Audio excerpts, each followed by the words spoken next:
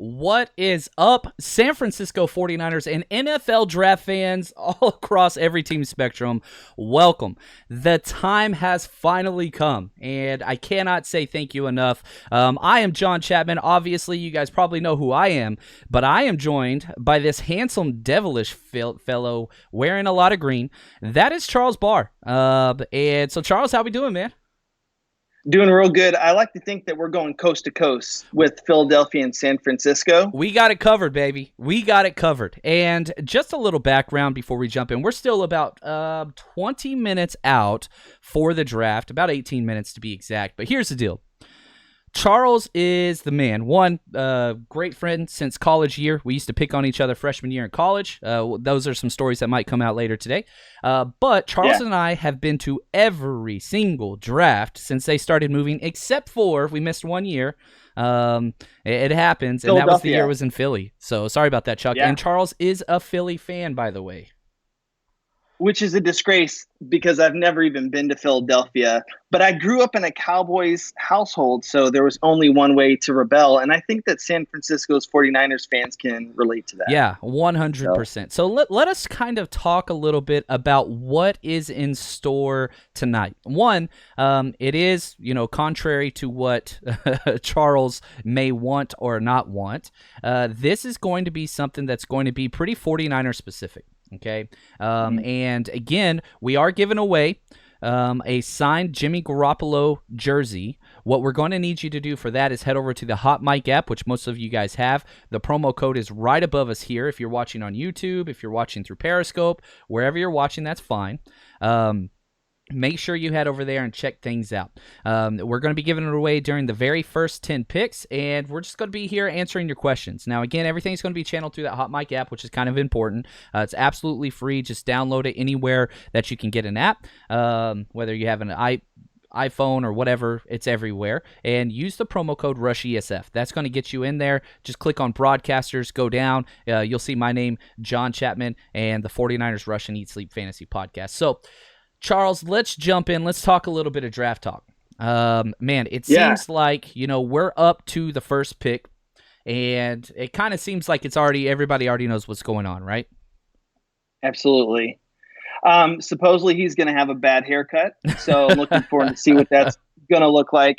And honestly, I'm just excited to see the Bengals get to restart their franchise with a really cool prospect. I mean, this guy's got what seems to be every tool. It's 1 year of production, which I think is the knock on him, but everything else has just been, when you look at his film, I think I read something that you wrote that basically you didn't really see him make a mistake. So in your draft study of him, and John Chapman, by the way, just taking a step back, I called John, I don't know how many years ago, and we kind of talked about podcasting, this and that. This guy studies film. He loves to study film.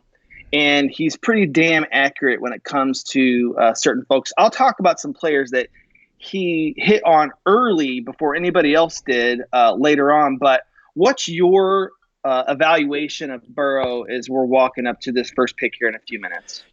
There's a lot of good and a little bit of bad with Burrow. And so let's get the bad out of the way early because there's not really that much. And the fact that he is a 1 year performer. You really don't have the longevity of success that you would like with the quarterback, but the 1 year that he had was just stupid. You could argue is possibly the greatest quarterback performance in college football history from week 1 to the championship game, undefeated through the SEC. The teams that he played against and the stats that he put up, that's kind of what's interesting. Also the age. He is 24 years old.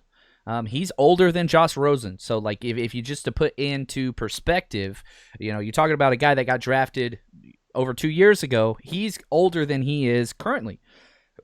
But you take what he is. He's an ultimate competitor. And if you want to look at the most successful quarterbacks that are out there in the NFL today, they have this thing where it's just this clutch gene. If you've ever played Madden when you're a kid or if you're still a Madden and they rate the clutch, his is a 99. Whenever there's a big moment, he rises above every single time. He's very athletic. He was all-state point guard on the basketball field as well. But whenever you look at his accuracy, his competition factor, which is huge, and pocket presence, he has those in spades. I think that this is a good pick. The interesting thing whenever we look at the Cincinnati Bengals, they've been in this position before when they've had the number one pick and they decided to keep the number one pick and take a quarterback that they thought was surefire. And they passed up 3 first-rounders and a second, third, fourth, fifth, sixth, and seventh round pick, an entire draft with 2 additional first-rounders. They turned that down. And they had a monumental offer on the table this time, and they turned it down again. Now, you know who the quarterback they turned down, right, Chuck? I don't. Tell me. It was Achilles Smith. They chose to stay with the Smith over all of those, draft picks, and it did not pan out. Didn't pan out at all. But hopefully, they're hoping as well. Cincinnati hasn't had a great track record with quarterback success, but the surrounding cast is good, actually. It's actually pretty decent because, you've got A.J. Green for 1 year. He signed his franchise tender. You've got John Ross. You've got Tyler Boyd. So there are definitely some things that are right for them there. They're getting back their first-round pick next year as well. So I've heard that John Ross is potentially a draft day trade candidate. Have you heard the same? Yeah, his name has been floated around. You remember John Ross went top 10 in one of the worst wide receiver drafts, known to man, whenever you had Mike Williams, Corey Davis, and John Ross all going top 10. None of them have panned out. Probably Mike Williams has had the most successful career so far, but he definitely has not lived up to potential. But they've got some other holes to fill for sure. But there are a lot of pieces in place. You got Joe Mixon. That's what I was going to say too. I was looking at their roster, kind of going through like whatever their draft capital and their player capital. I mean, the Bengals out of this top 5 teams, they're pretty poor. I mean, you take a look at what the Giants have. The Giants actually have some pieces in place for the future. Detroit, kind of the same situation. Washington's got, Washington's Washington. They're always going to screw up their situation, but their front seven is going to be absolutely mean this year. But the Bengals, though, I'm not really sold on them, especially for this year. It seems like they, more than others, have a long way to go for this rebuild. Yeah, I think you're right, and they're not Joe Burrow away from the playoffs, I think is what I would say. They still have got a ways to go, but they do have a lot. Their defense is suspect at best. You check out what they have on the other side, and, man, you're pressed to find a starter. They really do have a lot of holes there. They had a couple huge kind of late round draft hits that worked out really, really well with Jermaine Pratt. Also had Jesse Bates the year before that as well. So they have some guys out there. They signed Trey Waynes, who came over from the Minnesota Vikings, but they are far away. Now, that's okay. And if you want to build this the correct way, and if you look at what Cincinnati has, they're kind of at an advantage whenever you're looking at this draft. And, we haven't even talked about yet the virtual realities and the issues with this coronavirus society that we got. And, Charles and I were supposed to be in Vegas right now. We had our tickets booked and all that kind of stuff, and we were going to be there for that. Obviously had to cancel, and that's kind of what it is. But, man, their pick, they have their original pick for all 7 rounds, the very first pick. They're going to have a little bit of an advantage because they have time before they pick the first round, before they pick the second round, before they pick the fourth round. So it kind of home field advantage for the draft almost. For sure. I was just going through that today. I was supposed to be in Las Vegas, and that is so hurtful for me and John because, number one, we were on a streak of going to these drafts, and we've just had such a blast. Minus the taco truck incident, things have been really smooth sailing, tons of fun. And I think Las Vegas, I don't know if the Las Vegas Raiders stadium was going to be ready for the draft, but that was my suspicion. I thought that they were going to have kind of the big reveal. I don't know. But definitely Vegas would have probably been one of the most wild, fun drafts known to man. Maybe it wasn't supposed to happen. Who knows, right? Maybe we got saved. But I'm sort of lamenting that, but it's all good. I mean, we're here. It's finally, we've gone through so much crap. outside of football dealing with all this stuff. And this is finally like the first day of sports. It's almost like opening day. Really, it's almost like opening day for baseball because we've got nothing else. And like finally we're going to see some action happen, although it's not on a field. We get to see teams, really put together their roster. And then for folks like me and you who are dynasty nuts, in a week or two, we get to go down our dynasty rookie drafts. And so just some pieces are in place for us to get excited about sports again. Yeah. John, what was your favorite draft known to man so far that we've gone to? Man, I'll say this. I got to say the Dallas draft was probably one of the most fun. One, just because we're both from Dallas. I had a lot of friends came out and met us, and it was just real low-key. Which was fun. I really enjoyed that one. I know you're going to say Chicago. Nashville was great, but the city wasn't prepared. The cell phone service wouldn't work. You couldn't use internet anywhere. It just was overloaded to the max. But it was an absolute blast from what I can remember. A couple of nights I don't really remember much, but that's okay. And that's kind of what the draft is. You get a bunch of grown men together talking about sports, and you just have a blast. And that's what we're trying to recreate today. So first off, I want to say thank you guys for all the people that are joining us, and we haven't even started yet. We're going to be here start to finish in the first round. We're not going anywhere. Obviously, we have the Jimmy Garoppolo jersey giveaway. That is going to take place. Again, if you want to win that jersey, just download the HotMic app using promo code RushESF, and just wait. We're going to be giving it away at some point during the first 10 picks of this draft on the HotMic app only. Okay, that's the only way you can win it. It's $555 retail. I'm paying for shipping. I'm going to send it to one lucky person. I wish I could send it to everybody, but that's just where we are. But yeah, whenever you talk about the draft, we wanted to create something that's much more specific and much more user-friendly for the average fan. Obviously, I host the 49ers Rush podcast. Charles and I used to podcast together on NFL Express, which was a blast. Charles is currently doing his own podcast. I don't know if you want to plug that real quick, Chuck. I would love to share what you've got going on. It doesn't really apply to everybody, but the common ground. It doesn't.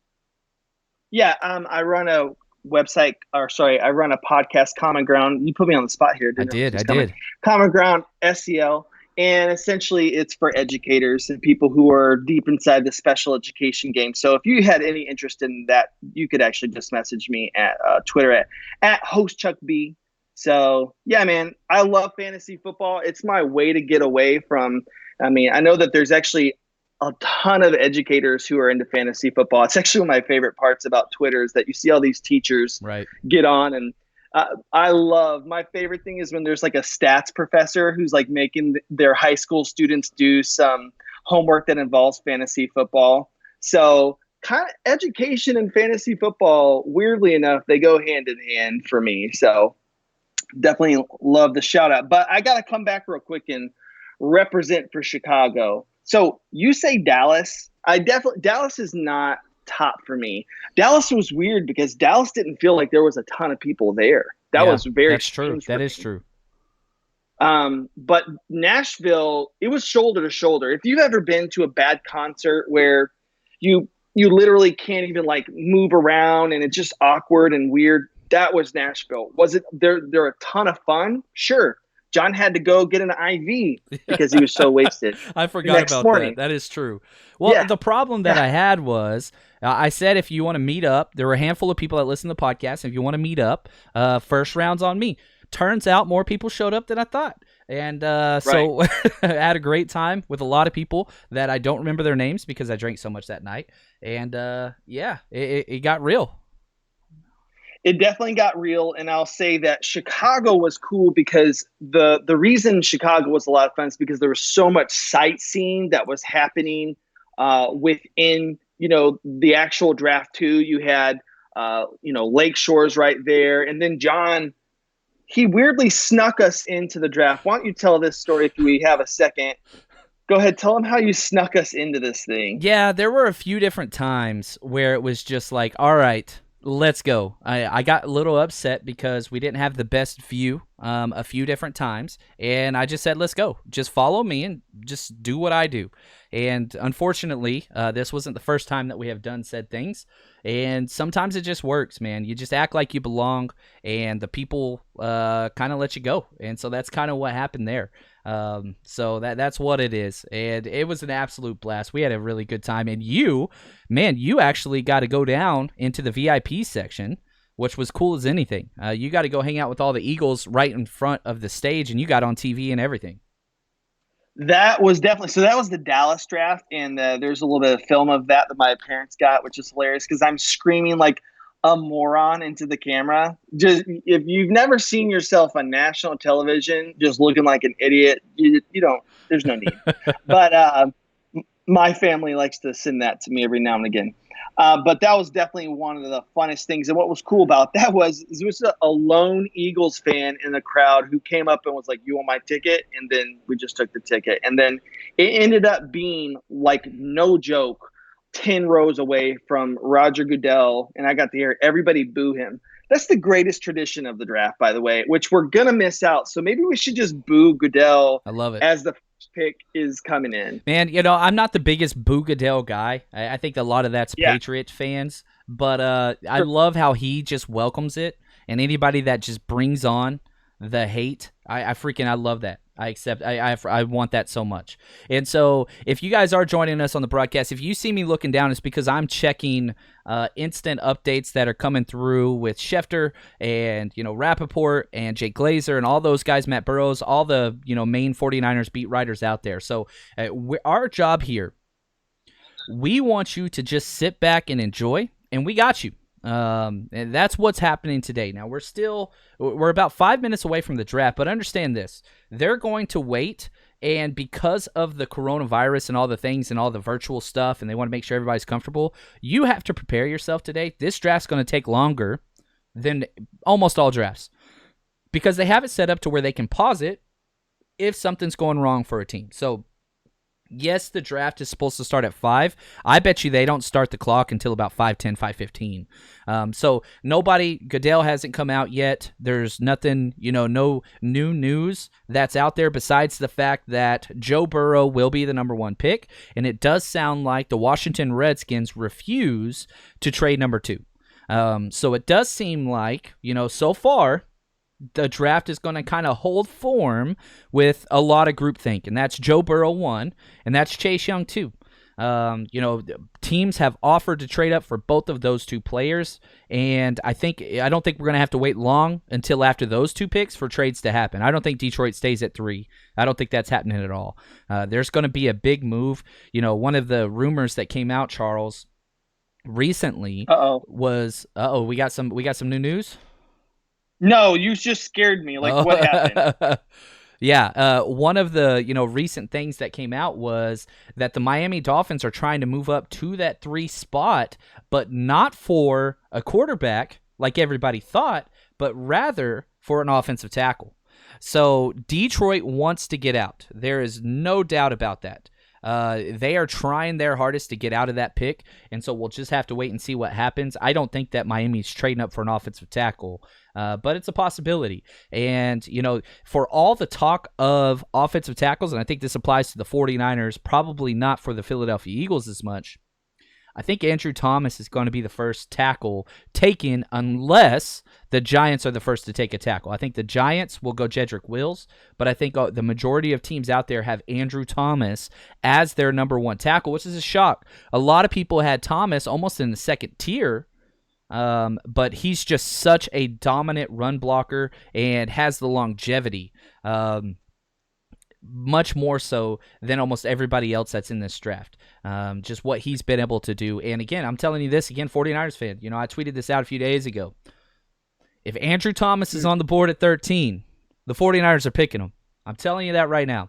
Offensive tackle, whether you think that is a need or not, I think that the 49ers are going to go offensive tackle with one of the first 3 picks. I really, really do. Now, the 49ers will be trading back today. John Lynch has come out and said repeatedly, that they have 6 players that they consider foundational game changers. And if one of those players are there at 13, they're going to take them with no hesitation. However, if those players are gone, then they're going to trade back. They said that they have a few trades worked out already for that 13 spot, but they're waiting to see how the draft falls. So they haven't agreed to terms, but they have a few deals in place depending on how the board goes. And I'm telling you right now, whether the 49ers stay at 13 and get a person or not, they will trade back from 13 or 31 or both. Those are the options that are out there right now. It looks like the draft is finally starting. They are starting their programming everywhere. And again, what you need to do is it's on ABC, it's on ESPN, it's on everything. NFL Network. Those are the three options you have. Turn your TV on, and then what you'll need to do is just, what's it called? You'll need to just sync your app on there, and it'll match up. So they're doing the intro right now, which is awesome. Love this, man. Hey, John, I think it's time. We've waited so long. I think it's time to do a shot with anybody who's watching. What do you think? Let's do this, man.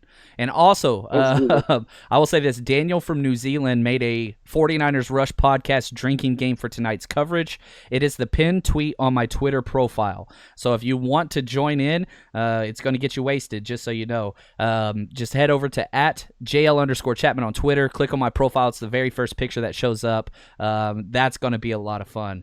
But as the draft gets started, man, and we get this going, I've got some tequila here in this giant shot glass. You've got a tiny little thing. This is the story of our relationship, Charles. and other stories for me, but it's okay. Here we go. Cheers, my friend. Salute to the draft. Here we go. And I'm drinking some Bombay gin. Like, ugh, what am I doing? I'm on tequila, baby. Whew. I know. You get the good. Every time we go out, John, you're like the biggest tequila Nazi. I don't even know. He always wants to get like the best tequila there is. I don't get a hangover, which is key there. So let's jump into the chat that's on our HotMic app, which is awesome. I'm loving the turnout that's on there. This is great. Lots of people already turned it in. Really, really appreciate it. And gosh, we've got so many people in the walks of life. And please enjoy the chat and argue amongst yourself. If you have questions, please just tag us. What's up, Derrick? I see you on there. Iowa Hawkeye fan. That's what's up. We've got a lot of Hawkeyes on this 49ers team, so that makes it a lot of fun. That is awesome. Let's see here. Oh, my goodness. Matt Mayoka just said, Staley doubtful to return. In my opinion, this affects our ability to add an impact player at 13. Oh, my gosh. I have not seen that yet. Let's do a little bit of research over here as I'm pulling everything up. Yeah, I know. We're at a total disadvantage over here because usually John and I are filtering through Twitter and getting as much as we can. So you guys are going to be bringing us information that we otherwise wouldn't have. Now, I'll say this. I see that you brought that up. I'm not seeing anywhere on Twitter for Matt Mayoka. I'm looking at his stuff right now. I am not seeing anything as far as Joe's that he might retire. So anyway, I'm still not seeing anything about Staley retiring.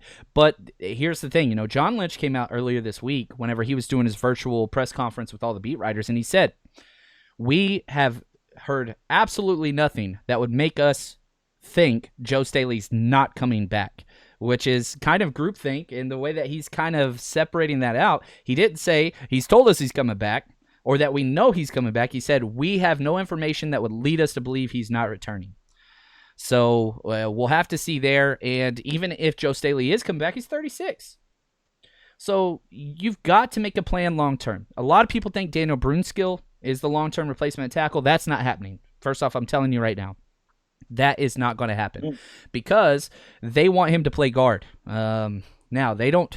He could work tackle in an emergency, and he did that very, very well, but they need a long-term replacement at tackle. I don't think Justin School is that. I think he's much more of a, how do I say this, replacement swing tackle that you want to put in there. So just keep that in mind. Just keep that in mind there. So John, do you want to kind of talk a little bit too about some of these other prospects that are just going to be right there around that 13 pick? I saw that there were a lot of 49ers fans who were said that they were sickened by the thought of taking an offensive lineman. If that's true, that report's true. I mean, you've got to think it's an O lineman for sure, right? Yeah, I think, no team wants to draft offensive linemen. No team does. It's not fun. It's not sexy. Okay? You want the splash. You want the excitement. You want all of those things. And I understand that. Everybody wants a wide receiver. My son, Joe, who's listening to this, hopefully in the other room, he always asks me about wide receivers. And I get it. They're flashy. They're fun. Those are the people that sell all the cereals and shoes and whatever else. Fine. But guess what? The 49ers, all three of the first picks that have been used by Kyle Shanahan and John Lynch have been offensive or defensive line. You look at Andy Reid and everything that he has done. Guess what? He always drafts offensive and defensive linemen. You look at you guys. Shoot, the Philadelphia Eagles. Offensive linemen galore. Defensive linemen galore. Winning teams win in the trenches. Now, we have 2 first-round picks right now, currently, the 49ers do. So there's an opportunity for them to do something a little bit out of the ordinary, but they have to sit and wait. But offensive tackle is going to be one of the first 3 picks for the 49ers. I guarantee it. I put money on that, in fact. And, and two, I think that and the Eagles may be a part of this as well, but whoever's not a part of this, there's going to be some sweet stuff to kind of fall out of that 12 to 13 range, just right past that. And one of the reports is that the Eagles actually might pass on the wide receiver, hoopla that's going on, and that Kinlaw maybe is going to fall into a range that they would trade up for.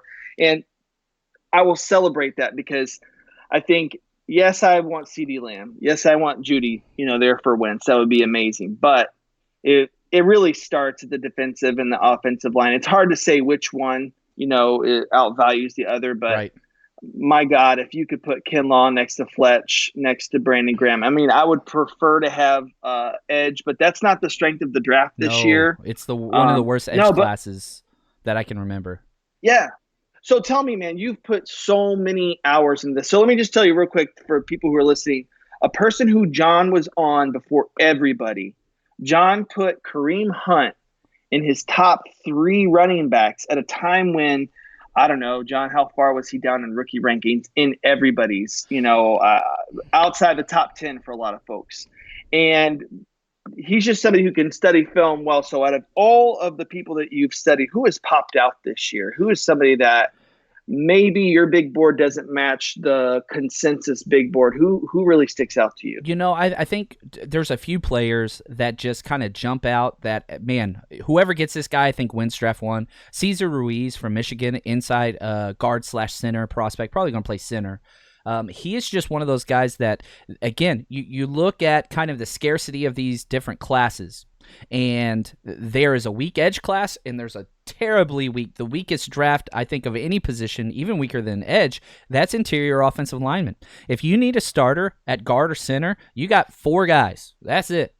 Outside of that, you've got some project players that are going to be below average starters. And so whenever you look at Cesar Ruiz, who could fill center or guard spot, left or right guard, he is somebody he's going to go in the first round. And whoever gets him, they're going to love their draft when it's all said and done. Because if you have a hole on the interior offensive line, you're screwed if you wait. Yeah. You're screwed if you wait. So you've got to make sure you jump in there and do that. That's key. Now, I'll say this, guys, and again, I'm loving the chat that's pulling up. I think Charles is having a little bit of difficulty pulling it up. Did you get that fixed, Chuck? The HotMic? Working on it. All right, yeah, so the phone chat's working just perfectly, buddy, so if you just open the app on there. But so I want to say thank you. The chat is working. The the pre-production meeting that Charles and I and a couple of other execs had, we wanted to be able to have Chuck monitor the chat as I did a little bit of analysis, but there's just a little bit of issues on that end, but we're getting that worked out. Here's the question from Marco. What is the pick at 13 that I would dislike the most? What is the one pick I would not like at 13? And, man, I'm looking. I'll tell you this. This is the one I don't want. I do not want an edge player. I don't want one. Not at 13. Kaylavon Chasen seems to be going in kind of that 13 to 20 range. That is the worst thing. And I feel like Marco, I love you, Marco, but I don't jinx us here, man. If Kaylavon Chasen goes at 13, I'll be a little upset. But here's the deal. And this happens every year for all draft fans. I tweeted out things to do during the draft and things not to do during the draft. And this is the answer. It's your team. Don't talk yourself whenever your team picks somebody that you don't like a punter in the 4th round, for example. It's okay to get upset and all those things, but then you've got to turn around and trust your team and your general manager. John Lynch was general manager of the year. We got to trust that now. He has the track record, especially through late round picks, that, hey, we got to trust it. So even if it is Kaylavon Chasen, I got to step back, go watch some more film, and do all those things for you guys. Now, I will say this. And this is going to be key for all the 49ers fans. We're staying first pick to last pick today.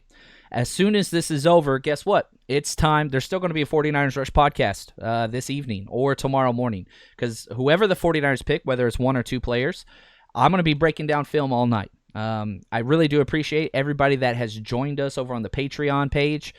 Just type in 49ers Rush on Patreon. I'm going to put up the all 22 footage of whoever we draft for as many games as possible, and going to do a very in-depth breakdown so you have access to that. So it's not just the YouTube film from the side. You're going to see the all 22. So if it's a secondary player, you can see the safety on every single play. He's going to be in frame at all times. If it's an offense, defensive lineman, linebacker, something like that, you're going to see the end zone view and all those things. So we're here and we want to enjoy this draft, but man, we've got a weekend of draft coverage. This is the busiest week of the year for me, and I love it. I get more texts today than I do on my birthday or Christmas, and it's not close. That's amazing. And I love that. Ever since I was a kid, the draft, it's how I got started in writing, and it's all those things. So here we go. Let's see what we got here. It looks like Dr. Fauci is up, and he is talking, which is awesome. All right.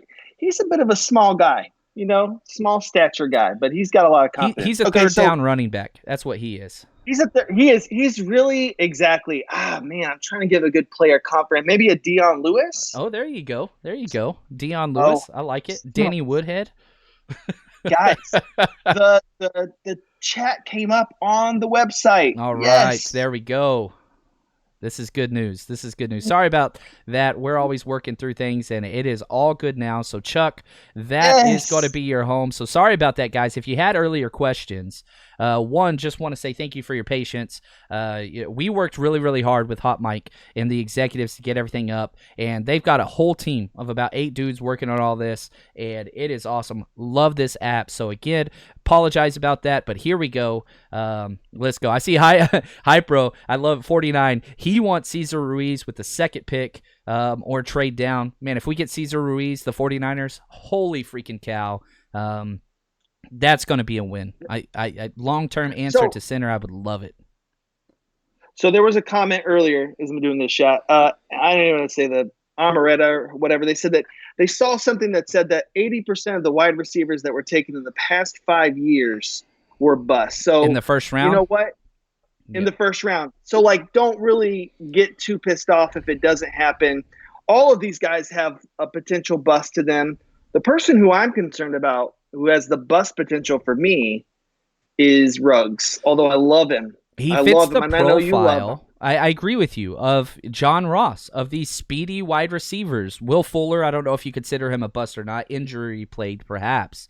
But you look at the draft last year, okay? You had 2 first-round picks, wide receivers. You had Marquise Brown, and you had N'Keal Harry. Marquise Brown was great, but again, very Will Fuller-esque. It was a touchdown or he was injured every game. N'Keal Harry was injured, very, very slow. Did not work out very, very well. But then you look at the second round. The second round was straight fire. Deebo Samuel, A.J. Brown, Mecole Hardman, DK Metcalf. Now, there were a couple of busts in the second round, as Charles knows. J.J. Arcega-Whiteside, Andy Isabella. Oh, hey, give it a minute. Okay? Jeez. Let the kid learn just for a second. Anyways, So let me one ask of you your this viewers then. says, Okay, these go are the ahead. wide receivers taken after J.J. Arcega, Whiteside. Oh, stop it. Paris Go ahead. Campbell, Andy and Isabella, DK Metcalf, Deontay Johnson, Terry McLaurin. I know, but everybody was really mad at the DK, or everybody was really hating on DK. By the way, people want to make sure that you're keeping us or them honest and us honest. I guess I'll play this drinking game as much as I can. Oh my gosh. Here we go, guys. I don't want you to. Oh, did I do Take the a chuckle? shot. I did the chuckle. Oh, you did. Take a shot every time John says abysmal. Take a sip every time John giggles. I'm a happy lot. cherry fellow. I'm related to Santa Claus. See the cheeks. Take a sip every time John compliments another team's pick. You know what, though? The thing is, John is an NFL fan. He's a Niners fan first, but he loves the game of football, period. So he's going to show respect, equally, which I think that makes him a good analyst. Take a shot every time John refers to his predictions. You gotta reach. Good Lord. We need to change it from shots to just sips. Otherwise, you're going to be toasted by pick 5. Right. You got to calm down. Take a sip every time John says someone's a locker room guy. Oh, man, that's awesome. Take a shot every time the 49ers draft or trade. Ooh, that could be a lot this draft. Take a shot every time John says someone's special. I use that word That's too much, beautiful. man. Take a sip every time a trade is made. Yeah, but that worked for John with girls in college. Take a sip every pick. Jesus, guys. Take a sip every time John is surprised by a pick. Take a sip every time the GM is confused by Zoom. That'll be Gettleman for sure. Yes. And take a sip at the start of each round. Guys, for sure, at the start of each round, we'll be doing shots together. Hundo P. And here's the deal. The draft is officially underway. The Cincinnati Bengals are on the clock. They got 8:40 left and ticking. So here's the deal. We're here, guys. This is the best day. This is the best day. With everything that's gone on, it's been a nightmare. Now, we know this is going to be Joe Burrow's. But holy cow, how great is this? So happy right now just to be sharing this with you guys. And again, if you could do us a favor, here's what I need you guys to do. There's a share button on the app. If you're listening on the HotMic app, this helps us out the most. We have the most viewers in the app by far, but I want you to share it. I don't care if you have one Twitter follower or one Facebook friend. Hit share in the top corner. That helps us out a lot, and share it wherever you can share it. That's the best way to support this podcast and to help us out. And I want the 49ers community in here. I want NFL fans in here, and I want to talk and go back and forth. Chuck's got to be on the chat. So if you guys have something that you want to bring up, and we want to make sure we get to your questions, just add us. Put at Chuck or at John, and then he'll read that question aloud on air, and we'll debate through that. So thanks again for joining us. It's going to be a lot of fun. We're going to get to know each other. We're going to get a little silly at times, I'm sure. We'll share some. I'm sure Charles is going to throw me under the bus several different times. But that's okay. Taco trucks. Taco trucks. The start. Taco trucks is just the start. I got plenty. I will say this. I am waiting, even though I just did a shot, I am waiting to partake in alcoholic beverages till after a while, at least till halfway through the first round. I don't want to be taking a lot of bathroom breaks. That's how you know John cares, though. Yes. Because John doesn't perform. John's really like a 4th round, 5th round prospect when he's drinking in the podcast game. But when he's sober, you better watch yourself. You better watch yourself. I'm a locker room guy. He's a locker room guy. That's right. Awesome. So the Bengals here. Now, they've already come out and said it. They're not trading back. It's got to be Joe Burrow. So I feel like the time right now, because you've got some time, this is Detroit's time. They're getting an elongated period of time to work the phones and to try to figure out something to get this deal done. That's kind of the big deal right now because, again, you got to presume Cincinnati's going number 1 with Joe Burrow. Washington's going number 2 with Chase Young, who one of the greatest pass rushers to ever come out of college football. And then Detroit. Do they stay and take Okudah? I don't think so. I really don't think that's the best route to go for Detroit. They need to fall back. Allow somebody else to come up and get a tackle or to come up and get a quarterback. Now, they're not going to get a major draft haul, I don't think. I don't think anybody's going to pay a premium to get up to number 3. But definitely, if Detroit stays at 3, they made a mistake. That's just what I think. Oh, hold on. So we got a fan here. Carl, I'm going to mess up your last name, so I just won't. But oh man, it's 2:30 in the morning where he is, and he is faithful as a Niners fan can be. Where are you? I don't know what the flag is, though. I'm just that uncultured as a person. But where are you from? Put it in the chat, man. I want to know. I want to talk about you. Good job for showing up.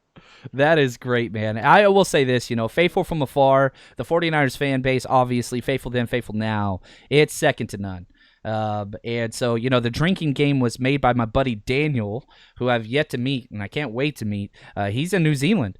We've got people listening in London. We've got people all over the place in Italy. We got people everywhere. And so really, really excited just for the community that's come out from the 49ers. On average, we get 13 countries download every episode of the 49ers Rush podcast, which is just stupid. And it really, really makes me happy, just the community that's brought together. But yeah, that's... By the way, Carl's from Germany. And by the way, Carl, I live in Germany. You don't know what the German flag looks like? It's just so small in the chat. Just forget it. But me and that guy, best friends for the rest of this chat. All right. I like it. Now, I will say this, and I think this is another thing that you can expect too. The clock's going to wind down on picks. I don't think that anybody is in a hurry. The NFL is better than any other sports league in capturing the spotlight and making sure they maintain eyes, TVs, all those things. And right now, the entire world is at a standstill. This is the first sporting event that we have had since the NBA canceled everything. Everybody's tuned in right now. You're talking Super Bowl type numbers that this is going to get with ABC, ESPN, and NFL Network all doing a joint broadcast. And so just understand they're not rushing tonight at all, which is great news for everybody. The anticipation for the 49ers pick, it's happening. The clocks have begun, but you just got to sit back and wait. You got to pace yourself because it's going to be 4.5 hours. My buddy that's listening over in London, he asked me what time the picks were going to be made, and I told him, I was like, I think the 13th pick will be around 2:30 London time, and the 31st pick will be around 4:15. So I'm curious to see how close I was to the time difference. It's 8 hours time difference from LA or Pacific Standard Time to London. So we'll have to see what happens there. From our own Dynasty chat, Zach says that John's more like McShay and Charles is more like Mel and Kuiper. That's rough because McShay is not broadcasting today because he has the Rona. He's not doing very well. Oh shit! Yeah. He did not struggled. Know that. But he tweeted out today he's doing all right. He just said that he needs people to keep Mel in check. So that's where we are. And the pick is in. We have the very first pick is in, which is awesome. I mean, they're not going to be a big surprise. It's going to be Joe Burrow, who's got one of the coolest just moxies about him. He's a weird cat, but love his attitude. He called up Peyton Manning this week and talked to him for over an hour and just asked him his advice and took notes. He took notes on the phone call. He got like 3 pages of notes. Who does that? I love the attitude that he brings. He's an Ohio kid, and man, you could see, depending on where you're watching the broadcast, ABC, NFL Network, wherever, you're just seeing a lot of good things, man. And you got to be happy for the Bengals. They haven't had much to be happy about in a long time. I do believe in Zach Taylor as a head coach. I think he's a hell of a coach. I love the system, from the Shanahan and McVay coaching tree. So it's going to be fun to watch. Yeah. That offense is going to be a good offense. Yeah, you know what I read too is that GM has the most turned down interviews out of any GM, which is just an interesting piece because I think about the Bengals as an organization and how isolated that they can be, like Marvin Lewis and how long he stayed there. It's an interesting dynamic that the Bengals, bring. So I wonder why. I'm not sure how that helps him, but they were showing all of the interviews that guy turned down, and he was an integral part about bringing Zach Taylor in. Here comes the pick. Here we go. This is awesome, man. Yeah, I love this. There it is. The pick is in. It is Joe Burrow, quarterback, LSU, as we all assumed. Man, you got to give it to this kid. Here's one of the fun little nuggets that I'll say that he was able to do.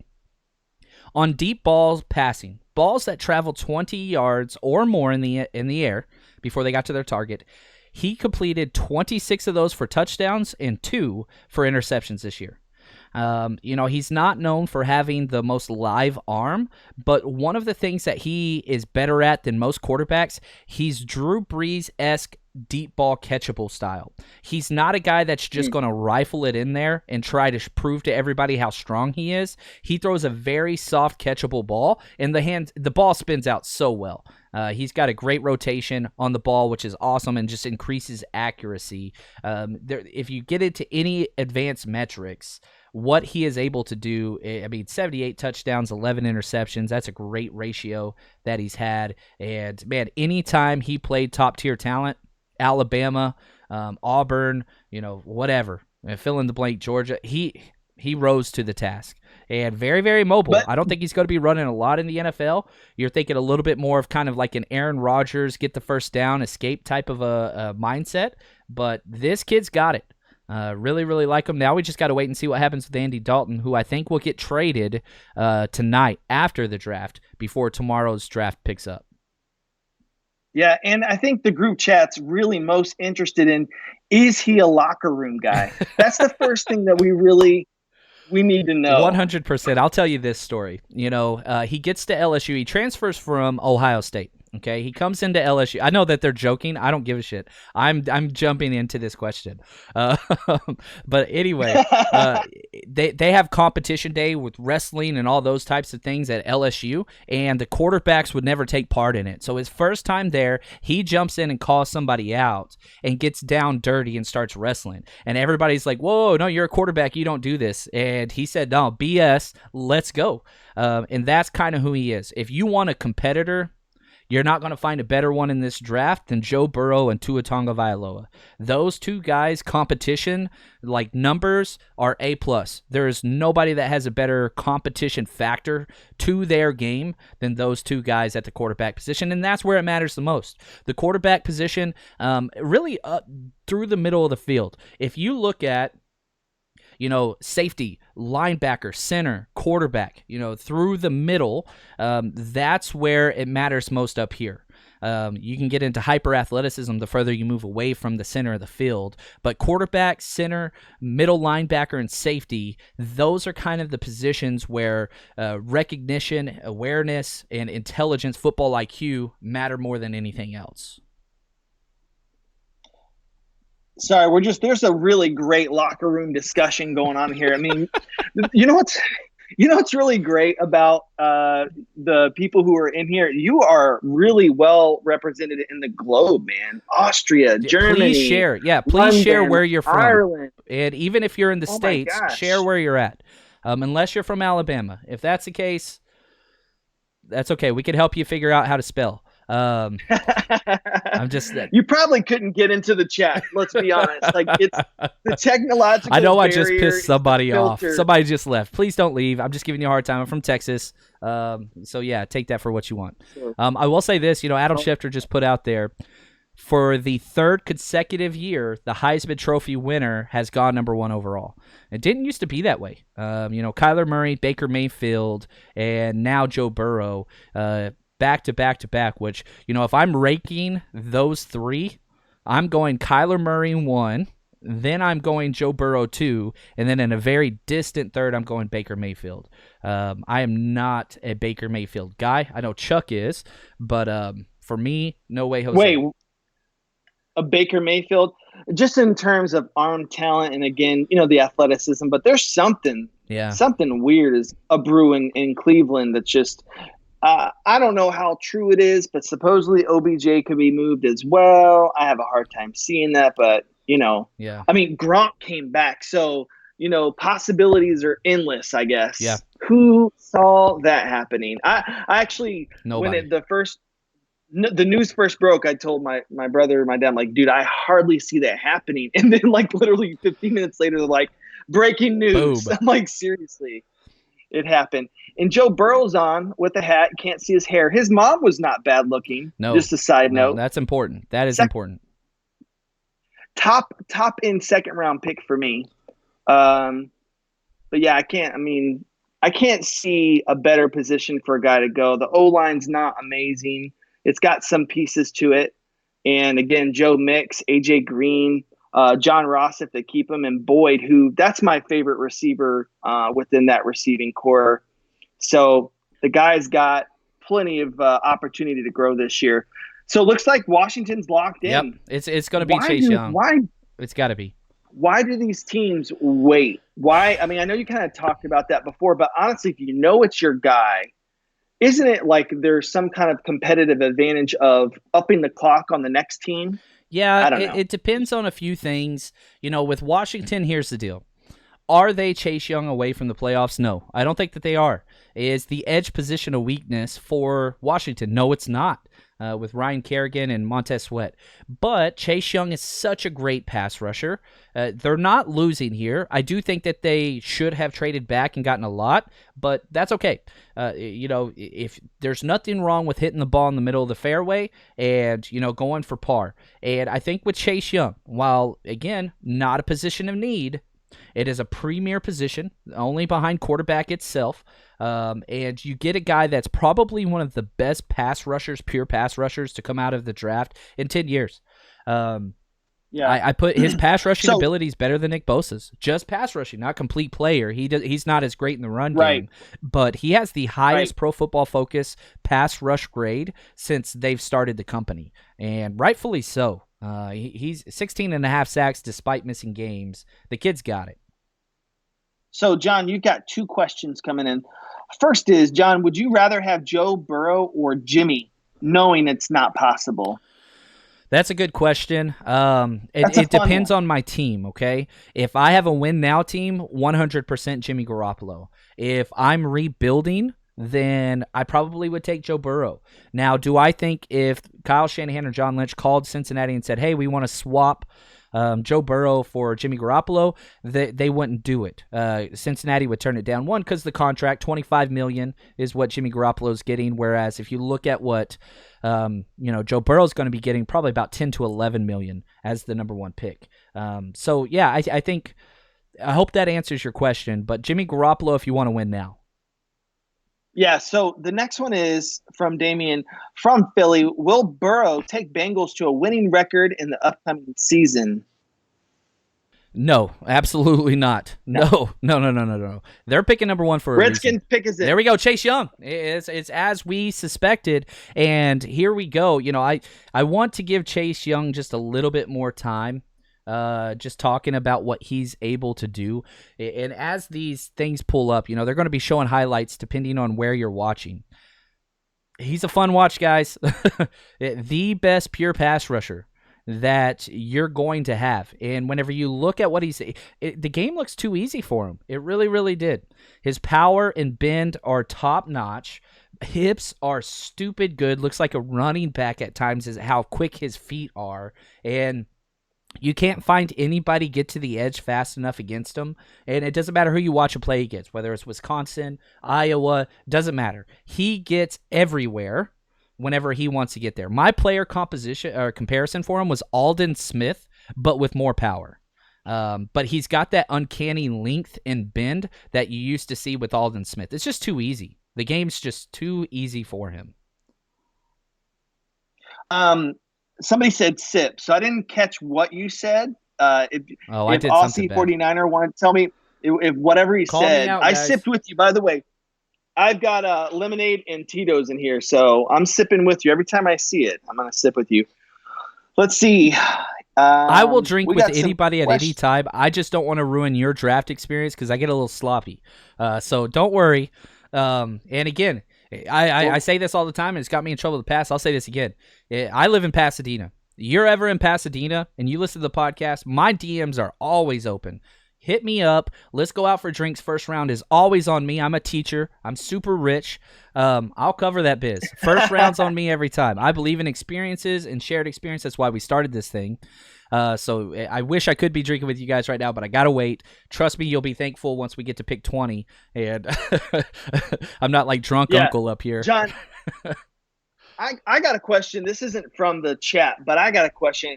What was it like drinking with Frank Gore? Tell me about that. One of the best moments of my life. Again, just to catch people up that don't know, I went to Miami for the Super Bowl. I was at the Super Bowl. One of the coolest experiences ever. And we threw a draft party with Frank Gore, which was top 5 moment of my life. No lie. I love Frank Gore. He's my oldest son, Joseph's favorite player.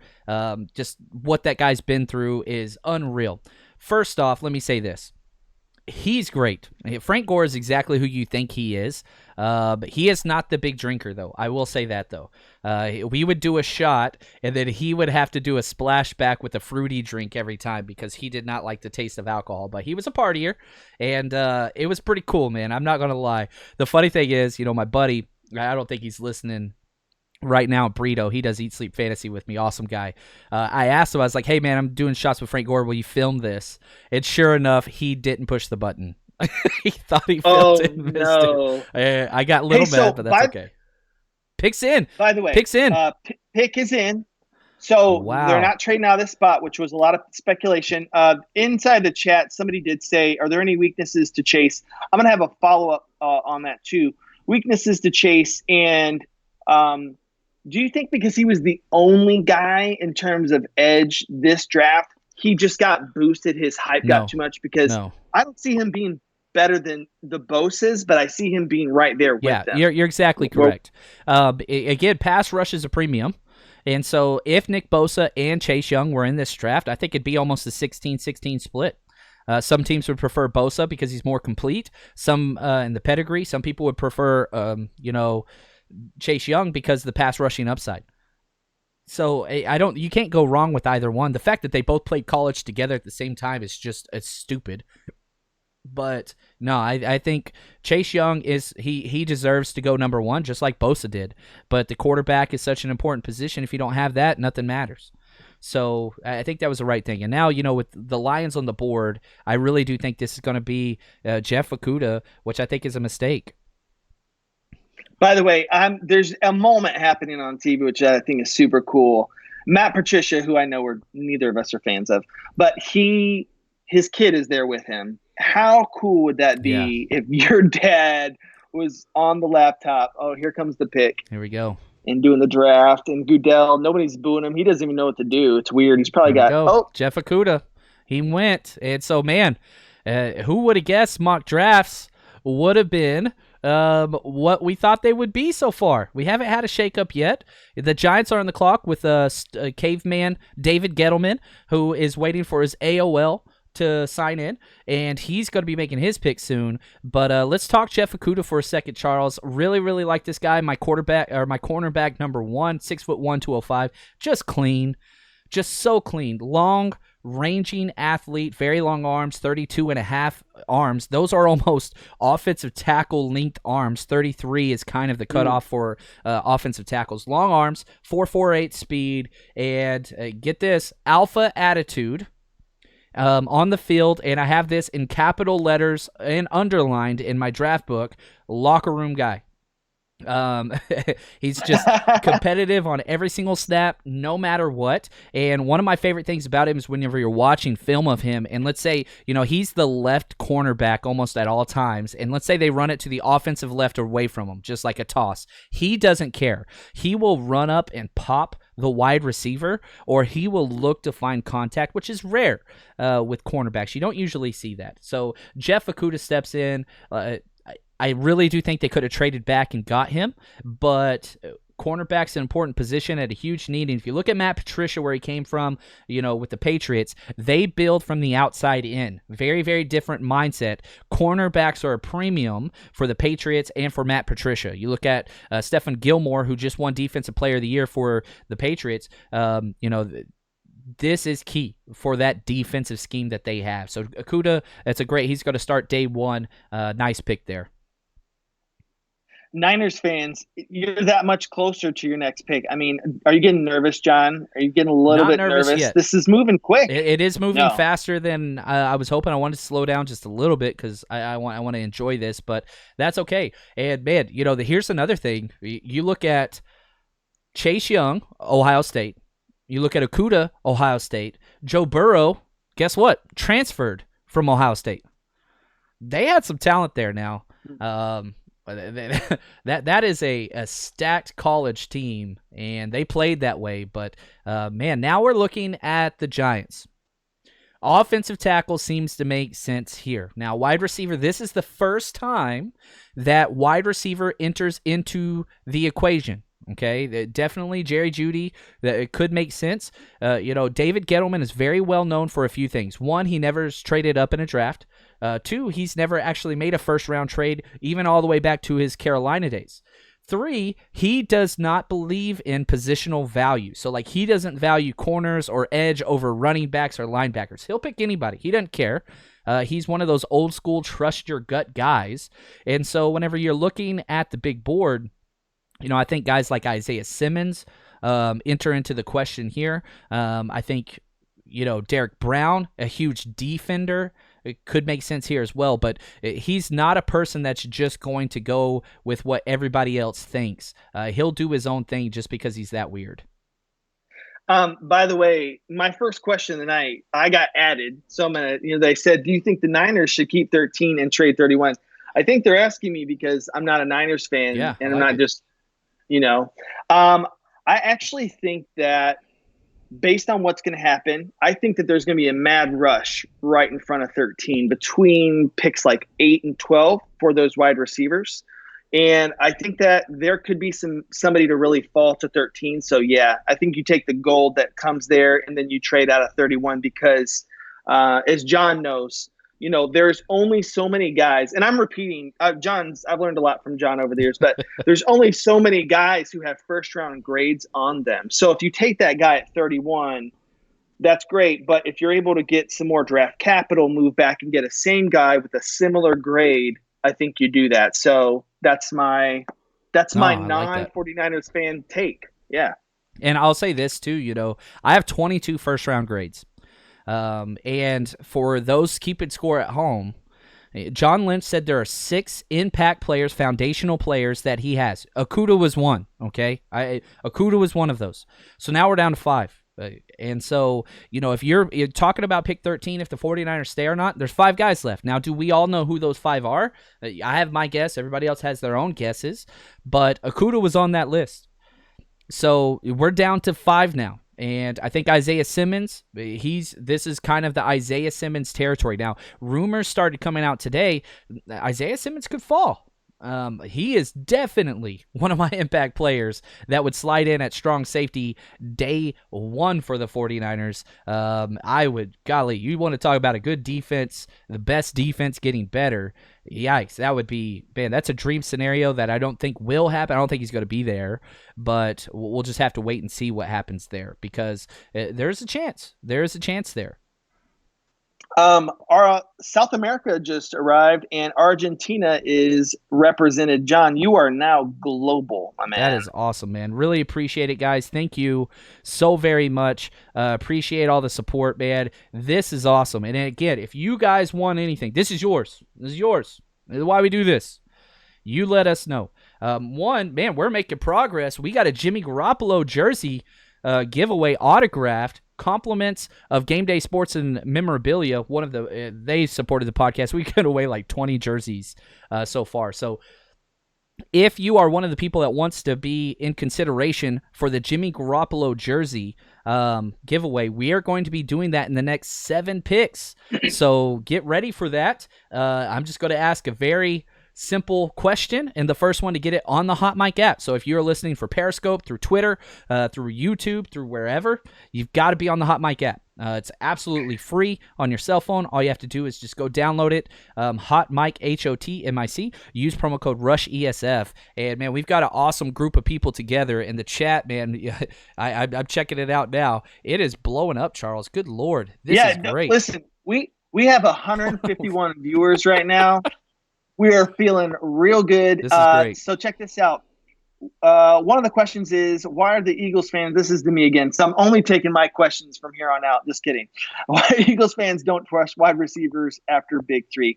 I hope that the Eagles trade out of their pick once those three are gone. That's just my personal preference. Unless Kinlaw, some other positional value, which, by the way, someone said that should have been a phrase that's a part of the drinking game as well for you, because yes, I've noticed positional value a few times tonight. But so the Eagles have to make a play for wide receiver, but this is just absolutely one of the deepest draft classes for wide receiver I've seen, I don't know, in my lifetime. So, John, really quickly, could you talk about maybe some other guys outside of the Big Three who you would just be pumped if your team got them? Just talking wide receivers? Just wide receivers for the Niners.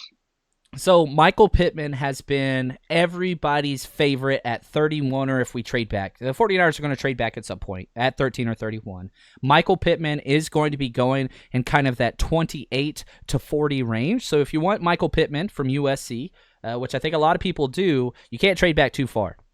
So that's interesting. Now, Denzel Mims, Justin Jefferson, I think that those guys are going to be gone before 31. So if you don't get Judy Lamb-Ruggs, I don't think that you can sit idly there until 31 to get Denzel Mims or Justin Jefferson. I know a lot of prominent 49ers writers, Matt Mayoko, Matt Barrows, love Denzel Mims, and he's just a freak athlete. He had the best three-cone score at the combine at the wide receiver position, and that is Kyle Shanahan's number one metric for wide receivers. So he fits the scheme perfectly, and we know that Kyle Shanahan and John Lynch have already watched a ridiculous amount of Baylor footage because they picked Jalen Hurd, his teammate, the year before. So there's so many connections. It fits everything they want. He's that bigger-bodied wide receiver that would fit as well. But Michael Pittman, Denzel Mims, those would be my personal, the next two guys I would really, really like, and Jalen Reagor. Yeah. A lot of people are off on Reagor. I'm not. Real quick, the pick it's got to be an Alabama player. It's got to be Jedrick Wills. So who is a part of that big six that Lynch was talking about? Who's still left was one of the questions. Yeah, I think for me, my big six, Isaiah Simmons, Jerry Jeudy, Derrick Brown. Then I also have, what's it called? Sorry, Andrew Thomas. And I'm going to put C.J. Henderson in there as well. Here we go. Jedrick Wills out. Oh, Andrew Thomas. Damn it. See, I made some money on that one. I put $50 down. Andrew Thomas would be the first tackle. And it was plus 400 odds. So, I told everybody Andrew Thomas was going early. I didn't think this early. So, wow. Andrew Thomas, who I think it's funny. You look at where he was, and then you look at where he finished. Everybody thought he was going to be a top 10 tackle, and then the year happened and a bunch of people caught up to him. Then he just stayed consistent, though. 3-year starter, and think about the people he has run blocked for. Sony Michel, Nick Chubb, DeAndre Swift. Jake Fromm is going to get drafted because of this guy. Just one of the best all-out run blockers out there. 6'5", 315, and just a behemoth of a man. Love this guy. Really wanted the Niners to get him, but he went way too early. Wow. David, I think that was a great pick. I don't like David Gettleman. I don't like his face. I don't like his choices. That was a good one. He looked like he was living like where his wife let him be. Like he's on the outs, and she put him in the side room. But man, that guy is just a joke. But yeah, this has to be quarterback, right? I mean, you got to take Tua at pick 5. Miami's on the clock. You've got Herbert, which a lot of rumors are out there saying, that Miami actually liked Herbert more than Tua, which is insane to me, but you never know. It's one of those interesting things. So I think this could be offensive tackle. I think that this could be quarterback, and Miami's got holes everywhere. Let's just be honest. They've got a lot of picks. They're going to be on the clock a whole bunch tonight. If we look at just where their picks currently are, they're picking at 5, 18, 26, and then they have 2 second-rounders. So if you don't love Tua and you don't love Justin Herbert, you could still go somebody like Jerry Jeudy. They have needs everywhere except corner, basically, is the only place that they're not solid. So offensive tackle, wide receiver, quarterback, there's so many places, but I think you got to go Tua. It just seems to make sense. Yeah. Somebody's going to test your deep round knowledge. Phil said Thaddeus Moss in late rounds. Yeah, I like Thaddeus Moss a lot out of LSU. That's Randy Moss's son. Now, the problem with Thaddeus Moss is this. He hates blocking. Almost like you watch his film, and he's almost allergic to it. So that's a problem in Kyle Shanahan's system. But as far as a fit, we know Kyle Shanahan wants a wide receiver too. That's not a secret. He's tried to sign everybody. So that would be a fit. 5th round is kind of where he's probably going to go before that because just so many eyes were on him. And he fits the athletic profile that a lot of teams like. But there's a reason why 5th round would be where he would go. But yeah, I think he fits. I just wish he was a little bit better run blocker. I read an article. There's a comment here about Bryan Edwards in the late rounds. There's a few analysts who are really high on him, giving him some really favorable NFL comparisons. I don't know if he's worthy of them, but something to the liking of Vincent from the Chargers. What's his name? Vincent Jackson. There it is. Yeah, he's a bigger-bodied, hyper-athletic wide receiver from South Carolina. Again, we talked about Denzel Mims. The 49ers drafted Bryan Edwards, teammate as well, at wide receiver, and Deebo Samuel. Bryan Edwards, 4-year starter, at South Carolina USC. He's top 5 in the SEC history for receptions and yards. Now, he was one of those guys that was talked about being a 4.4 guy, which is crazy because he's 6'3", 215, but he broke his foot training for the combine. So we didn't get an athletic profile for him, so he's going to drop.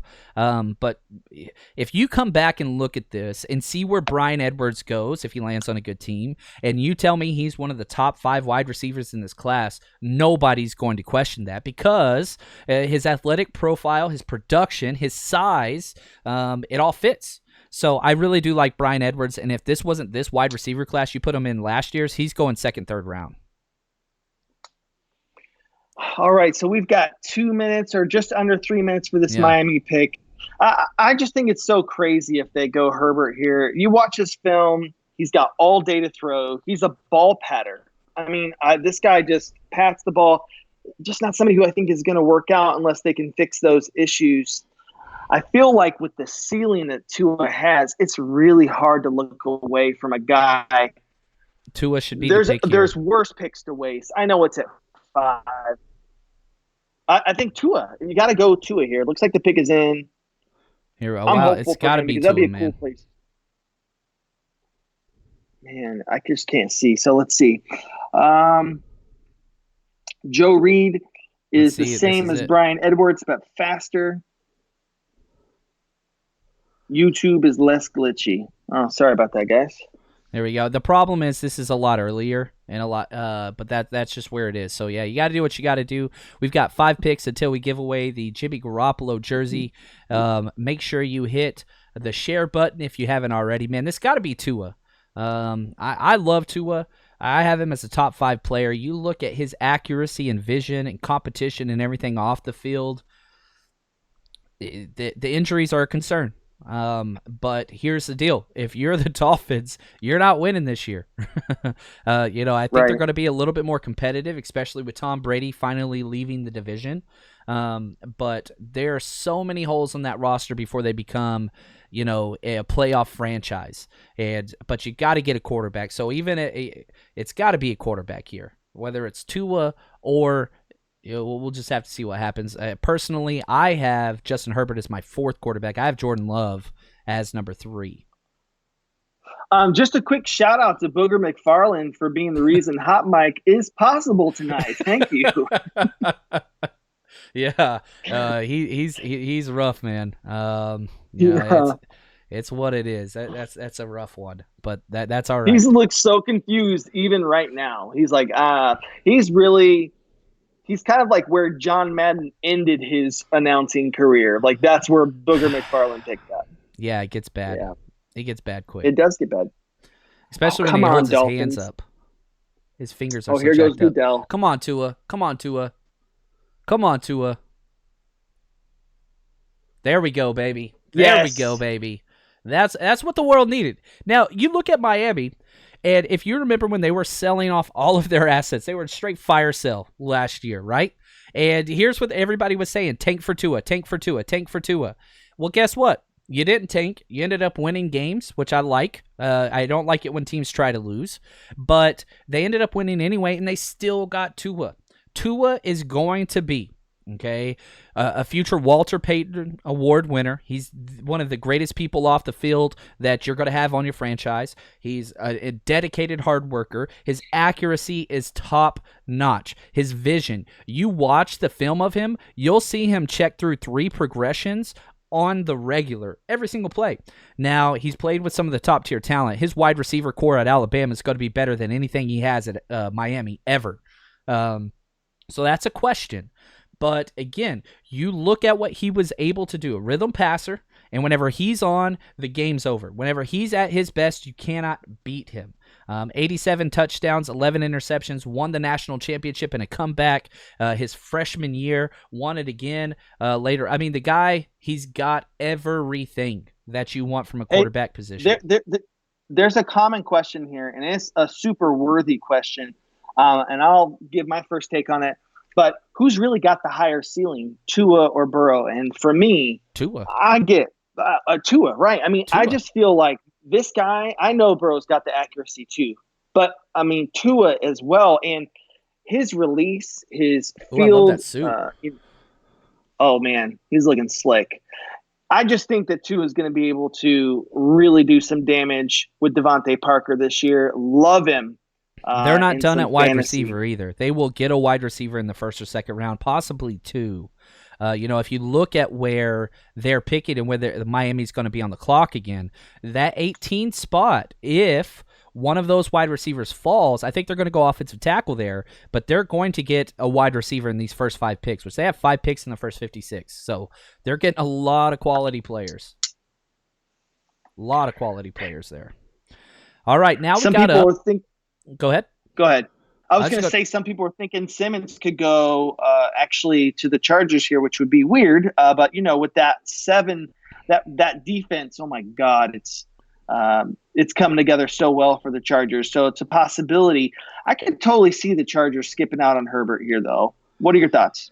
Yeah, it's possible for sure. I'll say this, and I think that they have so many – sorry about that. They have so many guys in the secondary already that part of me thinks they've got to go quarterback. You've got this new stadium. Nobody in Los Angeles goes to your games. You've got to do something. And I hate whenever teams look at the markets and the financials and all that stuff. But here's the deal. Let's be real. If the Chargers don't get some type of excitement soon, they're going to be leaving Los Angeles for a third city soon.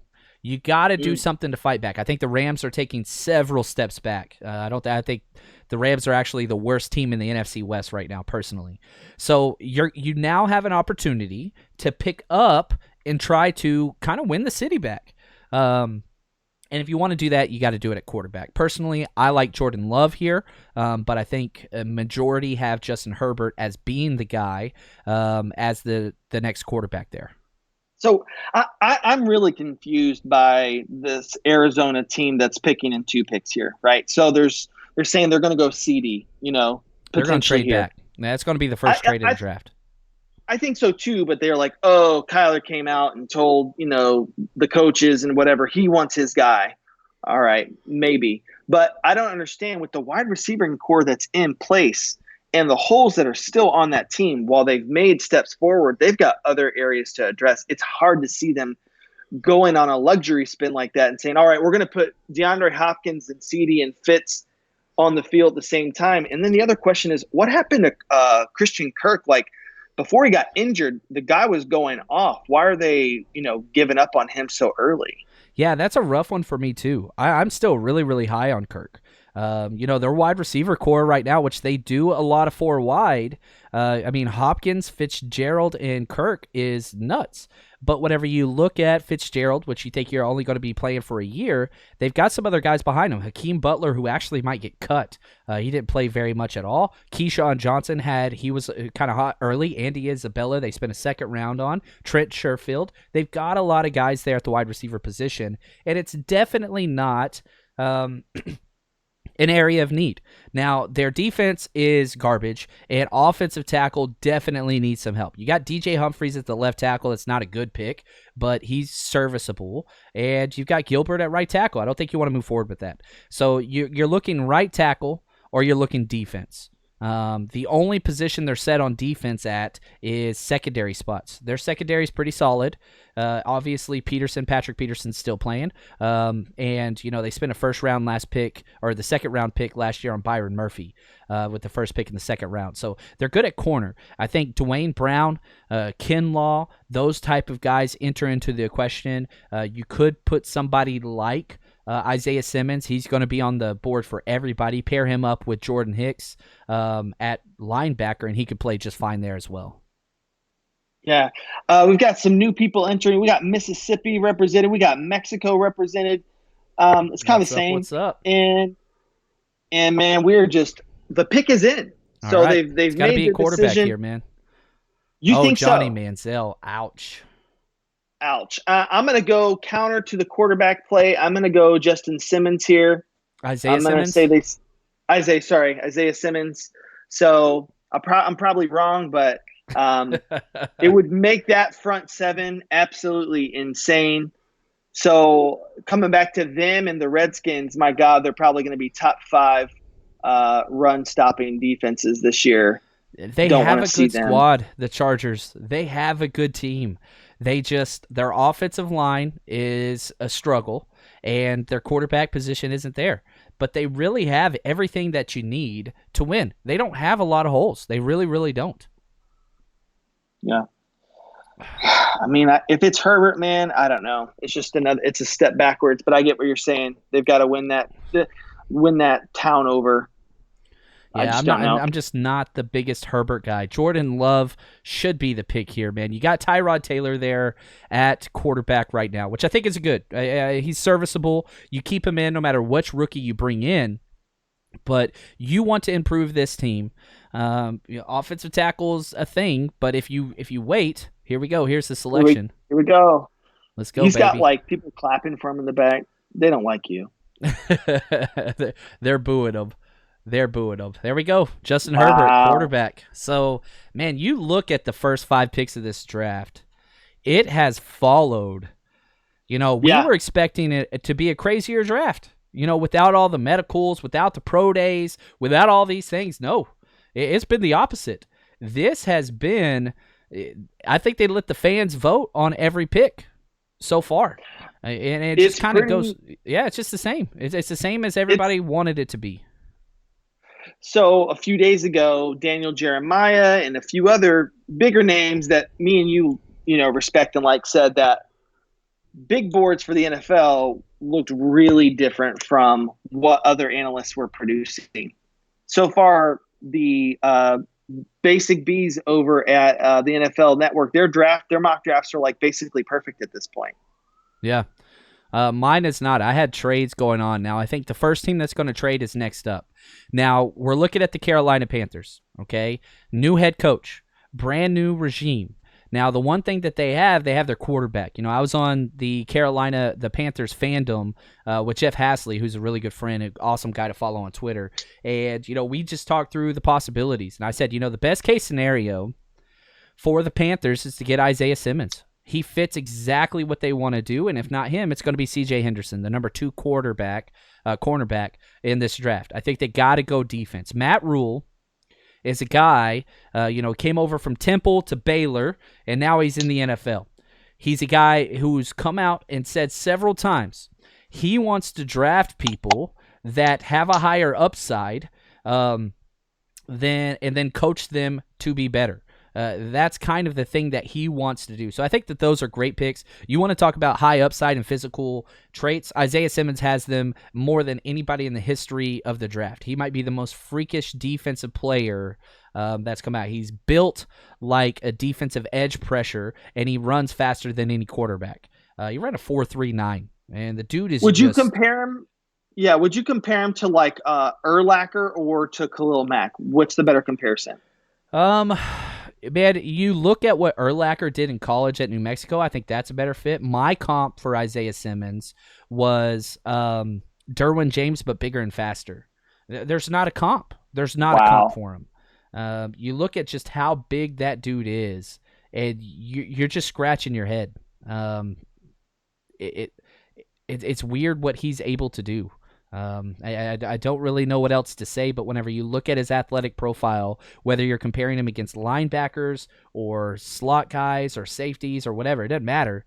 6'4", 238. Okay, so he's a big dude, and he ran a 4.39. He got 39-inch vertical. It doesn't make sense. Some of your Niners fans really want Simmons on the Niners, but I'll tell you what. I'll tell you what's true, and this has been mentioned in the chat so far, is that this is panning out favorably for the 49ers. QBs have been taken. Tua's not sliding, so there's more prospects that are going to be available that the Niners are interested in. So this is going well so far. There's going to be somebody, I think, at 13 for sure that is on Lynch's board. Yeah, we've got two players that I think fit the idea that are gone. Chase Young and Jeffrey Okudah out of 6. So here we are. We're sitting here, and there's still 4 players that are left. Regardless of, we could disagree on exactly who that player is, but what are we at? We're picking at 7. So, you've got 7 spots left to go. Or 6 before us. We're the 7th. So you got to hope somebody goes out and picks some players that perhaps we're not interested in. We'll have to wait and see what happens. But Isaiah Simmons, Derrick Brown, I think that those are 2 of the next picks that are going. Then we're going to get started on some wide receivers, man. Wide receivers are going to happen. And I think the pick is in for the Panthers. Pick is in. And guys, I just want to remind you, Jimmy Garoppolo jersey, not so far away. Not so far away. This thing is mint, y'all. It is not like a regular jersey that you buy off of the rack in Kohl's or wherever you go. I'm not sure what your preferences are, but this is the real deal. Stick around, folks. Yeah. And Charles, how we doing, man? We're going to have to take a commercial break eventually. How you doing, brother? I mean, I could piss into this cup. I don't got to go anywhere. Put me on mute. I love this, I'll man. Stand up. I don't got to go anywhere. Yeah, we do just have, the top portion of you filmed, so you're good. You're good. This is awesome. How's the chat looking, buddy? Chat's going very well. We've got 167 viewers coming on right now. Awesome. Love it, guys. Can't say thanks enough, man. Cannot say thank you enough. Lots of people talking. Actually, a lot of members talking to each other in here, which has been great. But guys, we can answer any of your questions. Switzerland is represented. It's just getting crazy, man. It's like a game of Risk. We just keep taking over countries. It's pretty cool. And the Panthers pick is going to be announced here pretty soon. They're on a commercial break. Roger Goodell's taking a dump. We're up to 171 viewers. Welcome. Stick around for the Jimmy G. When is that going to go down, and how is that going to go down, John, once more? Yeah, so what's going to happen only on the HotMic app. That's kind of the way the promo was set up. So, again, if you're listening over on YouTube, do want to say thank you. Love it. We've got 141 over there on YouTube right now. I just checked over on that. And so lots of people listening. Really do appreciate it. But the giveaway is going to take place on HotMic. What's going to happen is around pick 9 or 10, I'm going to ask just a very simple question. And the first one to answer correctly on the HotMic feed, you get the autographed Jimmy Garoppolo jersey. So that's what's going to happen. And I'm going to pay for shipping. I'm going to get it sent to you. You'll reach out to me on my DM. You'll send me your stuff, and I'll take care of the rest. You guys don't have to do anything. You answer one question. So you guys get your little tappy taps, your thumbs ready to go. And first one that answers on the chat, that pulls up on my chat, You get the jersey. I wish I could give it to everybody. I don't have any preferences or whatever. I love everybody. But, yeah, I don't care where you're at. I'll send this thing to freaking Zimbabwe. I don't care. We got you. We got you. So Matthew Henry says, is there any team the Niners wouldn't trade with? Are trades within the division rare? I remember when the Eagles traded with the Redskins for Donovan McNabb, but yeah, it's pretty rare, I'd say. No, 49ers traded with the Seahawks 2 years ago. So that's a bigger fan thing than it is an actual real thing, because teams, they're okay trading within the division. It's not an issue. And especially whenever you're looking at big-time moving franchises like the 49ers, like the Seahawks, like the Eagles. Good Lord, the Eagles and the Patriots. Those 4 teams trade more than any other teams when you're talking about the draft than anybody else. Eagles, 49ers, Patriots, and Seattle Seahawks. So if you're looking at just movement, those teams, they don't care who they trade with. You remember the year that the Patriots and the Eagles swapped picks for no other thing, just to keep trading? I think it was like 6 rounders. I try to block out anything that has to do with the Patriots. Here comes the selection. Isaiah Simmons is my guess. There's a question. I want to address something after the pick, though. Let's see, Goodell. Derrick Brown. Okay. Yeah, makes sense. Makes perfect sense. He likes big, tough guys. This hurts me. He was one of my 6, okay? So this one hurts. I love Derrick Brown more than most. He leads the entire country in suplexes. Literally picks people up and drops them on their head more than once a game. And if you want to talk about a player, okay, that plays his best versus pro-level talent, you go watch the Auburn LSU game where he's playing against 3 guys that are going to be drafted on the LSU offensive line, and he embarrassed all 3 of them. This guy, again, he was one of my favorites. I love Derrick Brown, and this is where I had him slotted to go. If I look at my big board, Derrick Brown is my number 7th overall rated player, and he went number 7. So, Matt Rule, I think he got a great player, a good foundational piece that he can plug in there. And, man, he's going to play really, really well. Tough team. That's how Matt Rule wants to build it. Why not go inside with one of the best run-stuffing defensive tackles to come out in a long time? So, love this pick. So, real quick, let's talk about the Staley thing right quick, because I just real quick, anybody inside the chat, if you could share your source just so that we could check it out, because I've not been able to find the source yet on that. So just share it with us and we'll go check it out so we can address it. Because if it's legit, we should absolutely go through that and I'm really on address Mayoko's it. Twitter feed now, and I see nothing about it. And I'm not saying it's not true. I'm just saying I have not seen it. Yeah. He's saying the Staley news is old, so I don't know. Okay. I'm not aware he's of that. 36. It's a possibility for sure. Now, I will say this. With Arizona on the clock, there's 2 minutes. This is the trade. This is where a trade should... Oh, nope, they got the pick in. So, let's see here. Man, Isaiah Simmons, offensive tackles, they've got their choices there. I think that's kind of what it's got to be. And, man, Simmons continues to fall. Tackle should be the pick. You know, in this kind of air raid system that Kingsbury runs, he doesn't really put a premium on offensive linemen, but he couldn't do what he wanted to do last year with Kyler Murray because just all the pressure they were giving up. Should be an offensive tackle here. Mekhi Becton just seems to make the most sense to me if they go offensive tackle. So here's the thing, though, too, right? So you're the people in the chat, and I get it, man. Having Simmons on that defense would be so fun for a Niners fan. It'd be amazing. Who would have guessed Simmons would be there at 8? Nobody. No, I mean, but here's the thing, though. If Simmons doesn't go here, you've got Miles Jacks at the Jaguars. You've got Jamie Collins at Cleveland, I believe. And you got the Jets, who want to trade out of that 11 spot. I can't really see them wanting to go for Simmons. So that's a trade partner that could make some real perfect sense if the Niners I don't see the Niners trading up, though. They just don't have any of the capital unless they want to spend 2021 capital, which John Lynch has shown. He has no problems trading future draft capital. That's why the 49ers don't have a second, third, or fourth this round.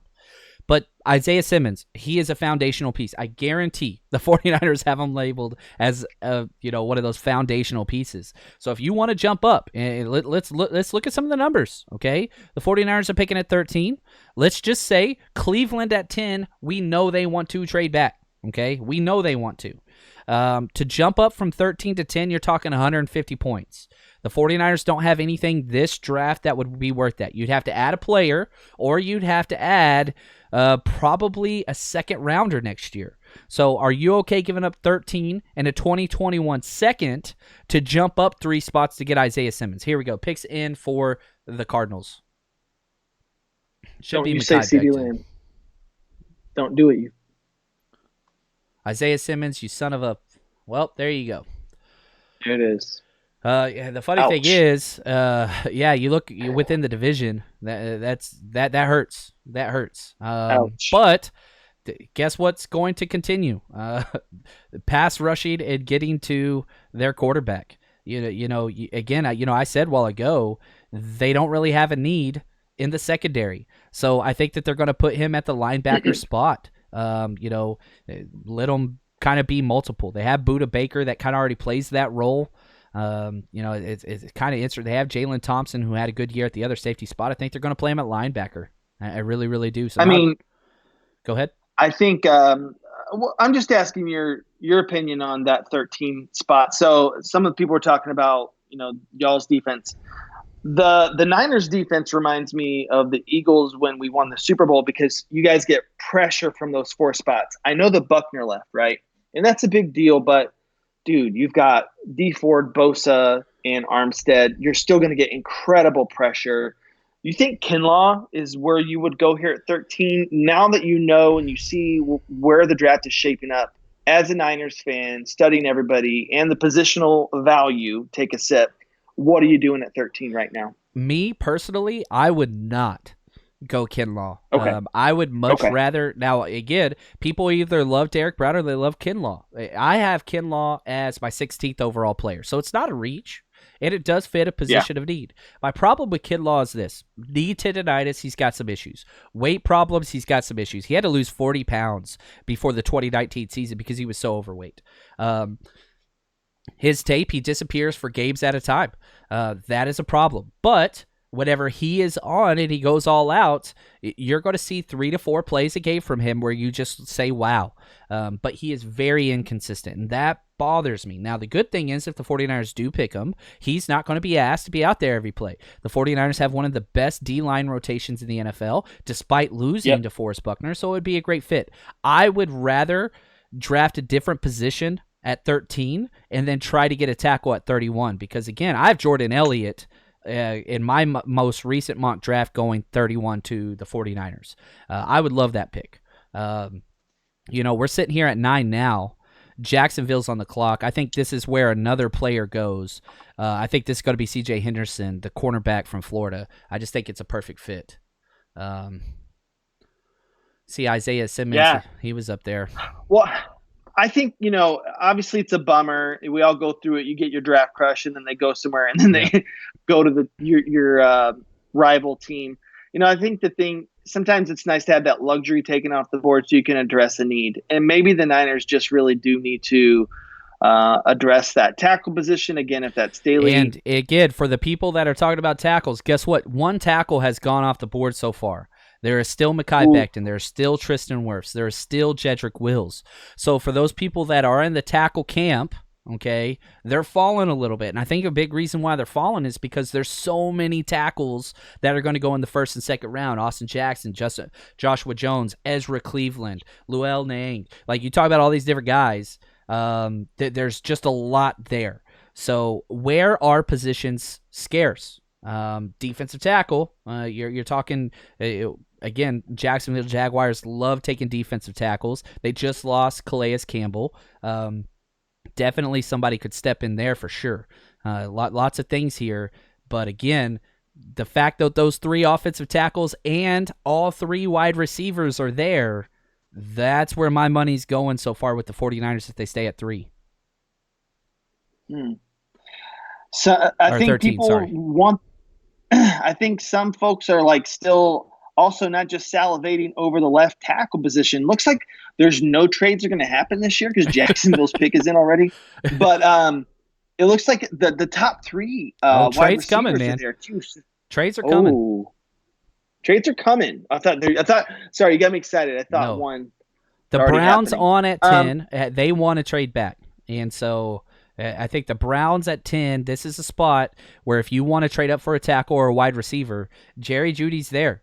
We're looking here at the Jacksonville Jaguars pick. They could go Jerry Jeudy, but I personally think this is going to be a C.J. Henderson cornerback from Florida pick. It just makes too much sense. Huge position of need. They traded away Jalen Ramsey and got 2 firsts for him, which I think was a great trade, actually.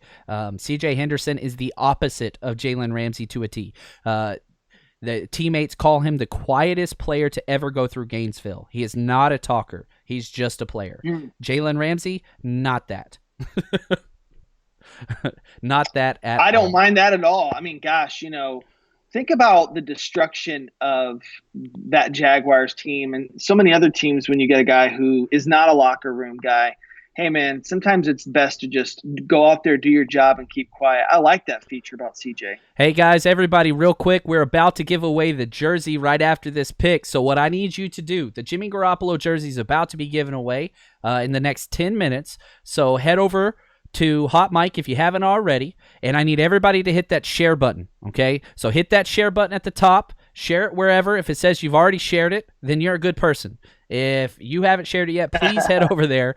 I'm not picking who gets it. It's whoever answers the question the fastest. I want to give it to everybody, and I know everybody gets pissed off when they don't win, but I love you guys. I want to give – I want to help everybody out, but it's what it is. This is a $555 jersey that we got from Game Day Sports and Memorabilia. Love those guys over there. Huge supporters of the podcast, and just want to say thank you to them.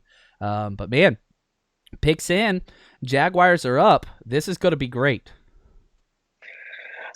It's difficult to know what this team's going to do. I feel like they're really hard to predict given their, just their situation. They've got Chark, they've got D.D. Westbrook. They lost Marquise Lee. I see that Marquise Lee actually signed a 1-year deal with the Patriots today. Do they go get a number one of these top 3 receivers? I could see him maybe getting Jeudy potentially here. Who do you think Jacksonville takes at 9? CJ. I'd say CJ Henderson, corner. It just makes too much sense. I actually have a bet with everybody's favorite beat writer, Grant Cohn, on who this pick's going to be. He says Jerry Jeudy. I say CJ Henderson. Let's see here. I will never let this down if I get it wrong. So Lewis said that KNBR is where the Staley News is at. Okay. Thank you for saying that. Thank you. Yeah, KNBR, they do great stuff. Been on the show a handful of times with them. They know their stuff. I'm curious who said it there, but we'll have to see what happens. Adam Schefter just tweeted out, 10 picks into the draft tonight, not a single trade. San Francisco could change it at 13. So look at Schefter doing a little tweet.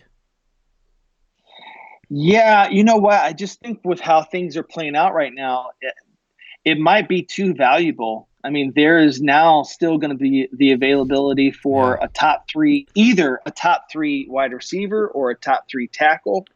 Hard to come out of that position. Yeah, I'm with you. Yeah, the Jets are going to trade out. I feel that in my gut. Yeah. Yeah, feeling it to the Eagles. By the way. All right, here we go. C.J. Henderson. Take it, Grant. There we go, baby. I'm mad, actually, because I wanted him, but that's okay. I saved that one, so I'll have to go tweet at him. Actually, could you guys do me a favor if you're on Twitter? Go ahead and tweet at him for me in a kind way, unless you're blocked. Most of you are probably blocked by him. He is a great blocker. All right. So, Browns are on the clock. Possible trade spot. Let's see what happens if they stay here. It's got to be offensive tackle. You look at what they want to do. I think the shiftier left tackle would kind of be the idea here. Andrew Thomas would have been the pick. I think that they are a team that would love to have that. Now, if we look at exactly what Cleveland has and what they've done, they need a left tackle, not a right tackle. Okay, they have Jack Conklin. They brought him over, so that's going to remove. Pick is in. Oh, the pick is in. They got it. All right, let's. Pick is in. Here we go. I'm going to announce the winner right now. Y'all ready for this? You guys ready? Hot mic people. First one that answers it, you guys are going to get that. The pick is going to be Mekhi Becton, just so everybody knows. That's my guess. Here we go. Here's the jersey question. First one to answer it on the hot mic only. Here we go. What is Jimmy Garoppolo's middle name? What is Jimmy Garoppolo's middle name? First one that gets it, you get the jersey. What is Jimmy Garoppolo's first name? Not seeing it. Not seeing it. Not seeing it. Oh, man, they're coming in. Oh, there it is. Derrick. We got a winner. Derrick's got it. Who got it? Derrick. You're sure he's the first one? Scroll up and make sure he's the first one. I am. We want to verify first. Derrick is our winner. You're sure he's the first one? What did he say? What is the correct answer? Richard. Richard is the correct answer. He shows up first on my chat as well. Now, I know the chat on Hot Mic does show up to different times, so if your chat is different, that's okay. It is verified on mine and Chuck. We have the same feed. So congratulations, man. Richard, I need you to reach into my DMs and hit me up with your address at JL_Chapman. I wish everybody else could get it. As Jimmy Richard Garoppolo is the correct answer. And you know it's going to a Garoppolo fan whenever he knows his middle name. Congratulations, brother. And guys, if you didn't get the jersey, I still love you. And we're going to be here all day. We ain't going anywhere. And, man, that was fun. My heart rate's going a little bit. Might be because I'm drinking coffee at 6:30 p.m. But that is awesome. Congratulations, Derrick. You are the man. A lot of people got the right answer. Man, that freaking chat blew up, didn't it? It did. And we're losing people like they got mad. Like the stock market dips. That's okay. That's okay. What you win points. people with, you win them too. And I'm okay with that. Yeah. I'm okay with that. What we lost in weight, we gained in weight. Okay, wow. Dude, I mean, Derrick was honestly, just shout out to him. He got it fast. It was a while before anybody else said Richard. So Derrick might have a problem with his obsession with Jimmy G, but it panned out today. There we go. Congratulations. Selection is in. Brown, the Goodell. I'd say Mekhi. That's my bet here. Yeah, they got to help out Baker. It just makes too much. Oh, Jedrick Wills. They went Wills. Yeah, offensive tackle was it. Mekhi Becton did have he tested positive at the combine for marijuana.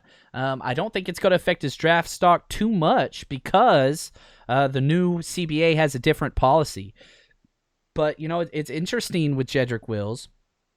Somebody's going to have to play out of position. He can play left tackle, but I don't think he's played right tackle for most of the time.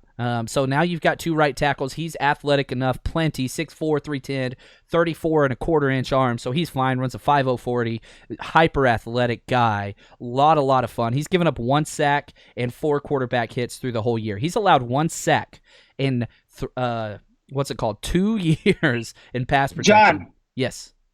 John, I gotta come back. I made a mistake. I gotta apologize to Derrick. So sorry, Derrick. You didn't win. It's at home, dude. Sorry about that. So at home, dude, you're gonna have to hit up the DMs. Didn't see that. So really, big apology to you. My boy Chuck B. Thanks for catching that. That is at host Chuck B for all hate and all anger. He is a big boy. He could take it. Listen, say what you gotta say. I've been doing the sips. I don't know about you guys, but I've been participating. So, hold on, Derrick. This is for you, brother. I tell you what, Derrick. Here's what I need you to do, Derrick. I because of Charles's mistake, I still want you to hit me up in the DMs, and I'm going to send you some 49ers Rush stuff on me. I will pay for it out of pocket for Chuck's mistake. Appreciate you. And so I still need you to hit me up. I will send you some stuff myself. It's definitely not going to be a Jimmy Garoppolo jersey, but let me know your shirt size, some stuff out there. I got you. Derrick, that Niners Rush stuff is way better, I promise you. Yeah, man. Thanks, Charles. Really appreciate that. Now, here we go. Back to what's important. Fucking Eagles fan. Here we go. Now we're at pick 11. The Jets' major need at offensive tackle still. There's still 2 offensive tackles. No wide receivers have gone. That means for the people that want the 49ers to take a wide receiver, you're going to have an option at one of the 3. Jerry Jeudy, CeeDee Lamb, or Henry Ruggs. There's no way they can all be gone. Please let Chuck have it. Please do not hold back. They're giving it to me, bro. It's amazing. Derrick, I am in your debt, bro. I'm so sorry. Oh, man. I'm so sorry. Are they all man. pissed off? Eagles are are trash. Eagles are trash. Listen, we might be. Jeez. Way to go, Chuck. Way to go, Chuck. You stay faithful to your... Make Chuck go half. Shut up, Dad. Now, if you guys... I'll do a little promo here. You can see the 49ers Rush Polo. You see my old symbol here. That's what's up.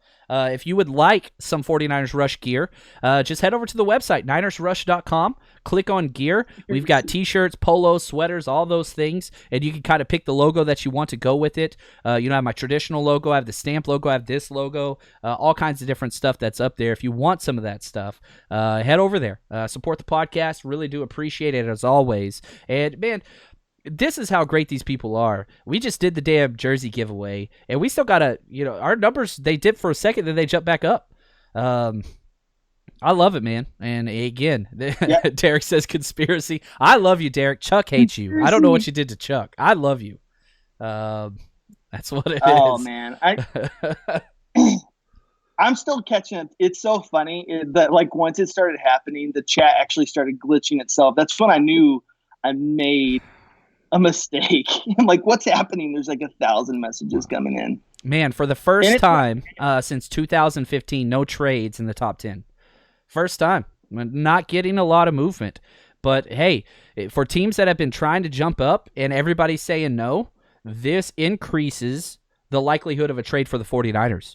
Because I guarantee you Denver's trying to move up. The Eagles are trying to move up. Jordan Love's still on there. If you want a quarterback, there's only one really other quarterback. So Patriots, that's definitely a strong possibility. If the Patriots walk out of this draft with Jordan Love, that's a huge win for them. But, if you look at my big board, these are the players that I have left just at the top. Jerry Jeudy, my number 5 player. CeeDee Lamb, my number 8. Tristan Wirfs, 9. Mekhi Becton, 10. Henry Ruggs, 11. Christian Fulton, 13. And Javon Kinlaw, 16. Those are the players that are highest on my big board. If you're a Patreon member, you can see all that. I shared it with all the Patreon members, 49ers Rush Podcast. You can go through the draft book there and all my profile notes. And again, understand this. I'll be podcasting later tonight too, baby. As soon as this broadcast ends and the first round's over, I'm jumping off with you guys. I'm jumping into film. And I'm going to be doing back study and diving deeper into stuff. And it's going to be late, but I don't care. You're going to wake up to a podcast ready to go. And I'm sure a lot of other 49ers people are going to be putting stuff out there too. There's so many great 49ers pods. But this is just the first half of tonight. Now, I am curious. I didn't even ask Chuck this. What's up? I'm scared to say it because I already know the answer, and it's what it is. Go ahead. Yeah. Just say it. I'm scared, man. I'm scared. We've got a lot more draft coverage tomorrow. I'll say this. If the 49ers trade back and get a day 2 pick, then I would like to do day 2 coverage as well. If the 49ers aren't picking in the second or third round, then I probably won't. But if they do trade back and accumulate a pick in the second round, I'm going to try to set up coverage for tomorrow as well. If you guys want that. So give me a thumbs up or a fire button or hell yeah or nah, we good. And be honest. I want whatever it is y'all want. Because if y'all don't want coverage during the draft, I can do film breakdowns while watching the draft myself and get wasted. But if you guys would rather us do this again tomorrow, then if the 49ers have a pick, if the 49ers don't have a pick in the second, third round, then that might be my out. I don't know. Chuck, would Bethany allow you to participate? I mean, being the man of the household, Did you hear the pitch change? Yeah, did you hear the change? I'll have to run it by her, trade in some favors. Oh, I see Daddy Bar is in the chat. What is up, Kevin? Yeah, who do you think was giving me the most shit? My dad and my brother were in here. I haven't been watching the saying all chat kinds very of much. stuff. I'm sorry. I'm just checking with Schefter and everybody as much as possible. Word to Big Bird. Actually, you know what I'll do, Derek? If you want to hit me in my DMs, I'll tell you what I got for you. I'll tell you what I have for you. I've got some really cool rookie cards from the NFL draft that me and John went to, and I will send those to you. They're in mint condition. There's a few guys. They're not Eagles players. They're not Niners players, but I got a Derrick Henry rookie card that I'll send your way. Look at this nice guy. He shared some cards. You know, man, just hit me up at host Chuck B. Chuck feels bad. I feel bad. Chuck feels bad. I do, man. I'm a sensitive soul. I feel like I messed up your night and your draft day, and I want to make it better. That's know, I'm so sorry. All right, the Jets are on the clock. Host Chuck. It's got to be a tackle or a wide receiver. I just can't see them going really anywhere else. Didn't think a tackle would fall this far. Mekhi Becton, there he goes. I was one pick off on Becton. And here we go. You know, for all the people in my mock draft, I had the 49ers trading back from 13 and still getting Tristan Wirfs. Everybody cussed at me saying there's no way Tristan Wirfs falls out of the top 10. Well, here we are. I'm keeping those receipts, baby, and they're coming your way. So now the Las Vegas Raiders, they're going wide receiver. First wide receiver's going off the board right here. I think it's going to be CeeDee Lamb personally, but this means the 49ers, they're going to be able to get one of the top-tier wide receivers, and this is going to let you know something, okay, and what Kyle Shanahan believes, because everybody's saying, oh, if CeeDee Lamb or Jerry Jeudy's there, that's got to be the pick. Well, guess what? I'm telling you right now, I really do think if Jerry Jeudy's there, I think he takes him, but if not, I think he trades back.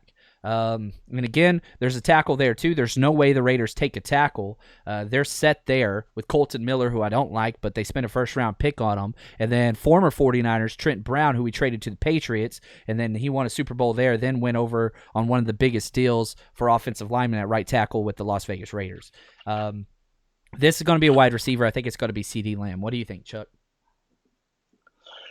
Yeah, just the whole John Gruden thing. I could just imagine him watching film, just prematurely getting there over Jeudy film. So he needs somebody who's reliable, and that's what Gruden really wants. And he wants somebody who he can put pressure on. I don't know. What were your thoughts whenever you watched the HBO special? What was your takeaway from actually getting to actually see Gruden? John Gruden as a coach? Yeah. I think that there are some things that he's great at, and I think there's some things he's really, really bad at. His emotions kind of control him, as we all know. That's why people love and hate him.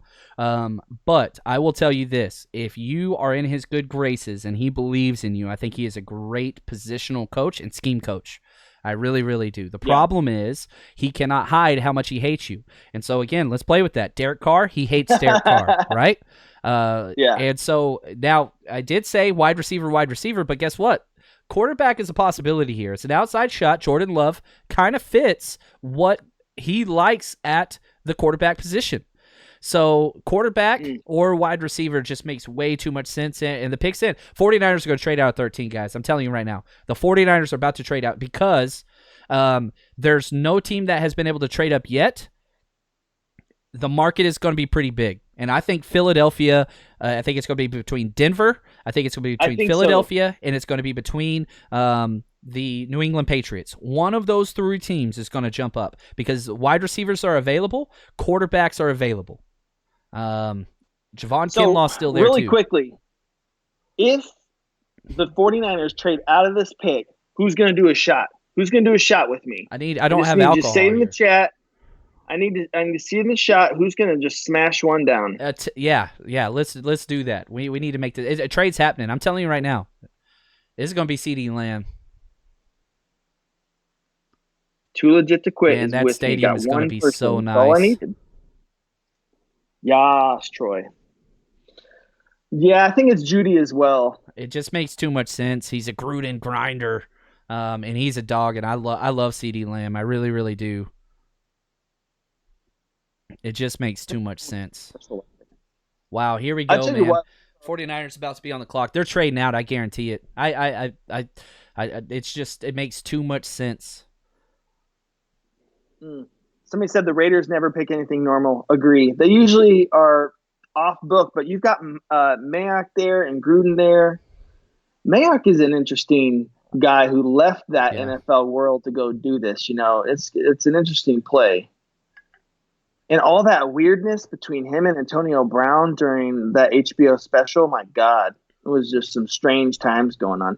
Hey, do you think there's a chance that Antonio Brown gets back in the NFL? No, not this year. He still hasn't turned over all of his stuff. And I will say this, too. This is the last pick in the Khalil Mack trade. This is it. Oh, Bears fans are still hurting over that. I'm telling you, so I live in the Chicagoland area, and they're not okay with that trade, even though they were ecstatic about it at first. But, Khalil Mack kind of disappeared at the last 6 games or so of the season, so they're not really happy. I think he's probably injured or something. All right, but I can imagine. Here's the pick. It's going to be Judy. It's Judy. You think so? Come on, Gruden. Just say the name. Yeah, let's go, buddy. Let's go. Here we go.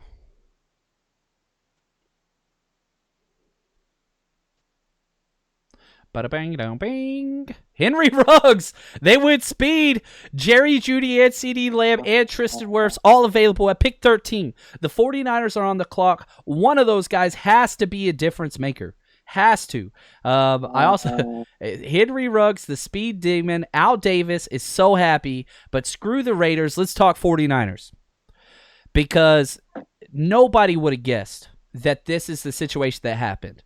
Jerry Jeudy, my number 5 overall player. CeeDee Lamb, number 8. Tristan Wirfs, number 9. Christian Fulton, 13. So here's what I want to do, because I am perfectly fine with any 3 of those. I think that this is where you do a small trade back. And you could trade with Denver, who's 2 spots. You're picking at 13.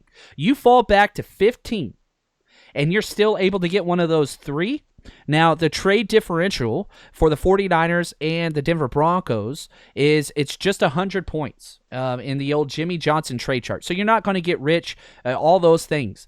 But guess what? You could pick up a late 3rd round pick. The Denver Broncos have 3 third-rounders. Give up number 95 and number 15, fall back 2 spots, and still get one of those 3. That's personally what I would do. But if you want Jerry Jeudy, you go get him right now. Because Kyle Shanahan loves separation more than any other trait whenever it comes to wide receivers. Well, guess what? Jerry Jeudy has more separation than any wide receiver to come out of the draft since 2014. So let's just see what happens here. That's great that you just drafted. They're showing John Gruden cheering. You still have Derek Carr as your quarterback who can't throw it deep. He's actually all right deep. He's wearing a robe. Henry Ruggs is wearing a robe.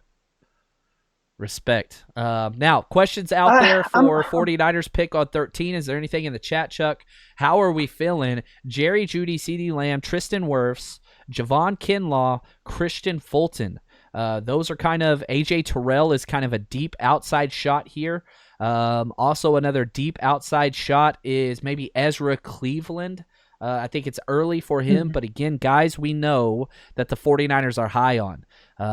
Trade makes the most sense here. So they said one of the greatest comments in here was "Suck it, Chiefs," because there was rumored that the Chiefs were going to go after Ruggs, which would have been like stupid, right? Yep. Yeah, you know what? Typical Raiders pick here with Ruggs. Highest, his ceiling is so stupid. But I mean, one of the best comments also and questions in here was, "How do you like Derek Carr now?" And there was a certain point when Derek Carr was, MVP type of conversation. And he's obviously sometimes his decision making is questionable, but with Josh Jacobs back there, Ruggs, who's not going to be your number 1 guy per se, but they've got enough guys who role player wise, I think that this definitely helped Derek Carr's stock in fantasy and in the NFL. What say you, John? Yeah, I think it's big for him. I think that's good. I still think Jordan Love's a possibility with their next pick. 4 minutes on the clock and ticking. And, we're just under that. I really do think that a trade, man, I think it's got to be a trade, but you got to hurry. You don't have a lot of time left. Do you think that because of the technological differences of this draft, that's impacted how many trades are actually happening? I think for That's my some guess. teams, yeah, like Gettleman, who's still not using a wireless mouse. I think some people, but Right. he never trades anyway. But I think for teams like the ones I mentioned before, San Francisco, Eagles, New England, I think Seattle, they're still going to trade. And a couple GMs said we trade. That's who we are in the draft. That's not going to change. And so the 49ers, John Lynch said that they had pre-draft trades worked out at pick 13. And if they do stay here at pick 13, then I guarantee you it's going to be a 95% probability they trade out at 31. They're trading out of one or both. Again, they don't have a second, third, or fourth round pick. And with so many players, again, Kyle Shanahan said there were 6 guys. We don't know who that 6th guy is, right? Is it Jerry Jeudy? Is it CeeDee Lamb? Is it Tristan Wirfs? Is it Javon Kinlaw? Or do they go way out of left field? John Lynch has thrown some curveballs. Nobody saw him taking Mike McGlinchey. Nobody saw that. They went and got him, and that was huge. So there have been some curveballs, and that panned out. That pick was really, really good, turns out. But that man now down to 2 minutes. On the clock. Still not the pick is in, so you're thinking they're on the phones working something. Now, they also did say that if it does come down to a trade and time is running out, they will pause it. We haven't seen that yet tonight. We haven't even seen a trade yet. Ooh. We're here at pick 13. Ooh. So I think that... Yeah, you know what, though? They've got an opportunity trade. to solidify It's a trade. Ian Rappaport. There we go, baby. As we said, trade back. I think it's going to be with Denver. Oh, it's with the Bucks. We're trading back one spot. So we're falling back one spot. I wonder if we're getting O.J. Howard here. O.J. Howard in one spot just makes so much sense. 49ers just traded back with Tampa Bay, according to Ian Rappaport. There are no terms of the trade out yet, but you're falling back one spot, so you're not getting a huge haul, but going back to this concept that there's so many guys that are there that you like, why not fall back one, pick up an extra starter? I love this. I absolutely love this. Now, the difference on the Jimmy Johnson trade chart between 13 and 14, here we go. It's only 50 points. So you're talking about a 4th round pick, best case scenario. But I think it's going to. They probably shipped. It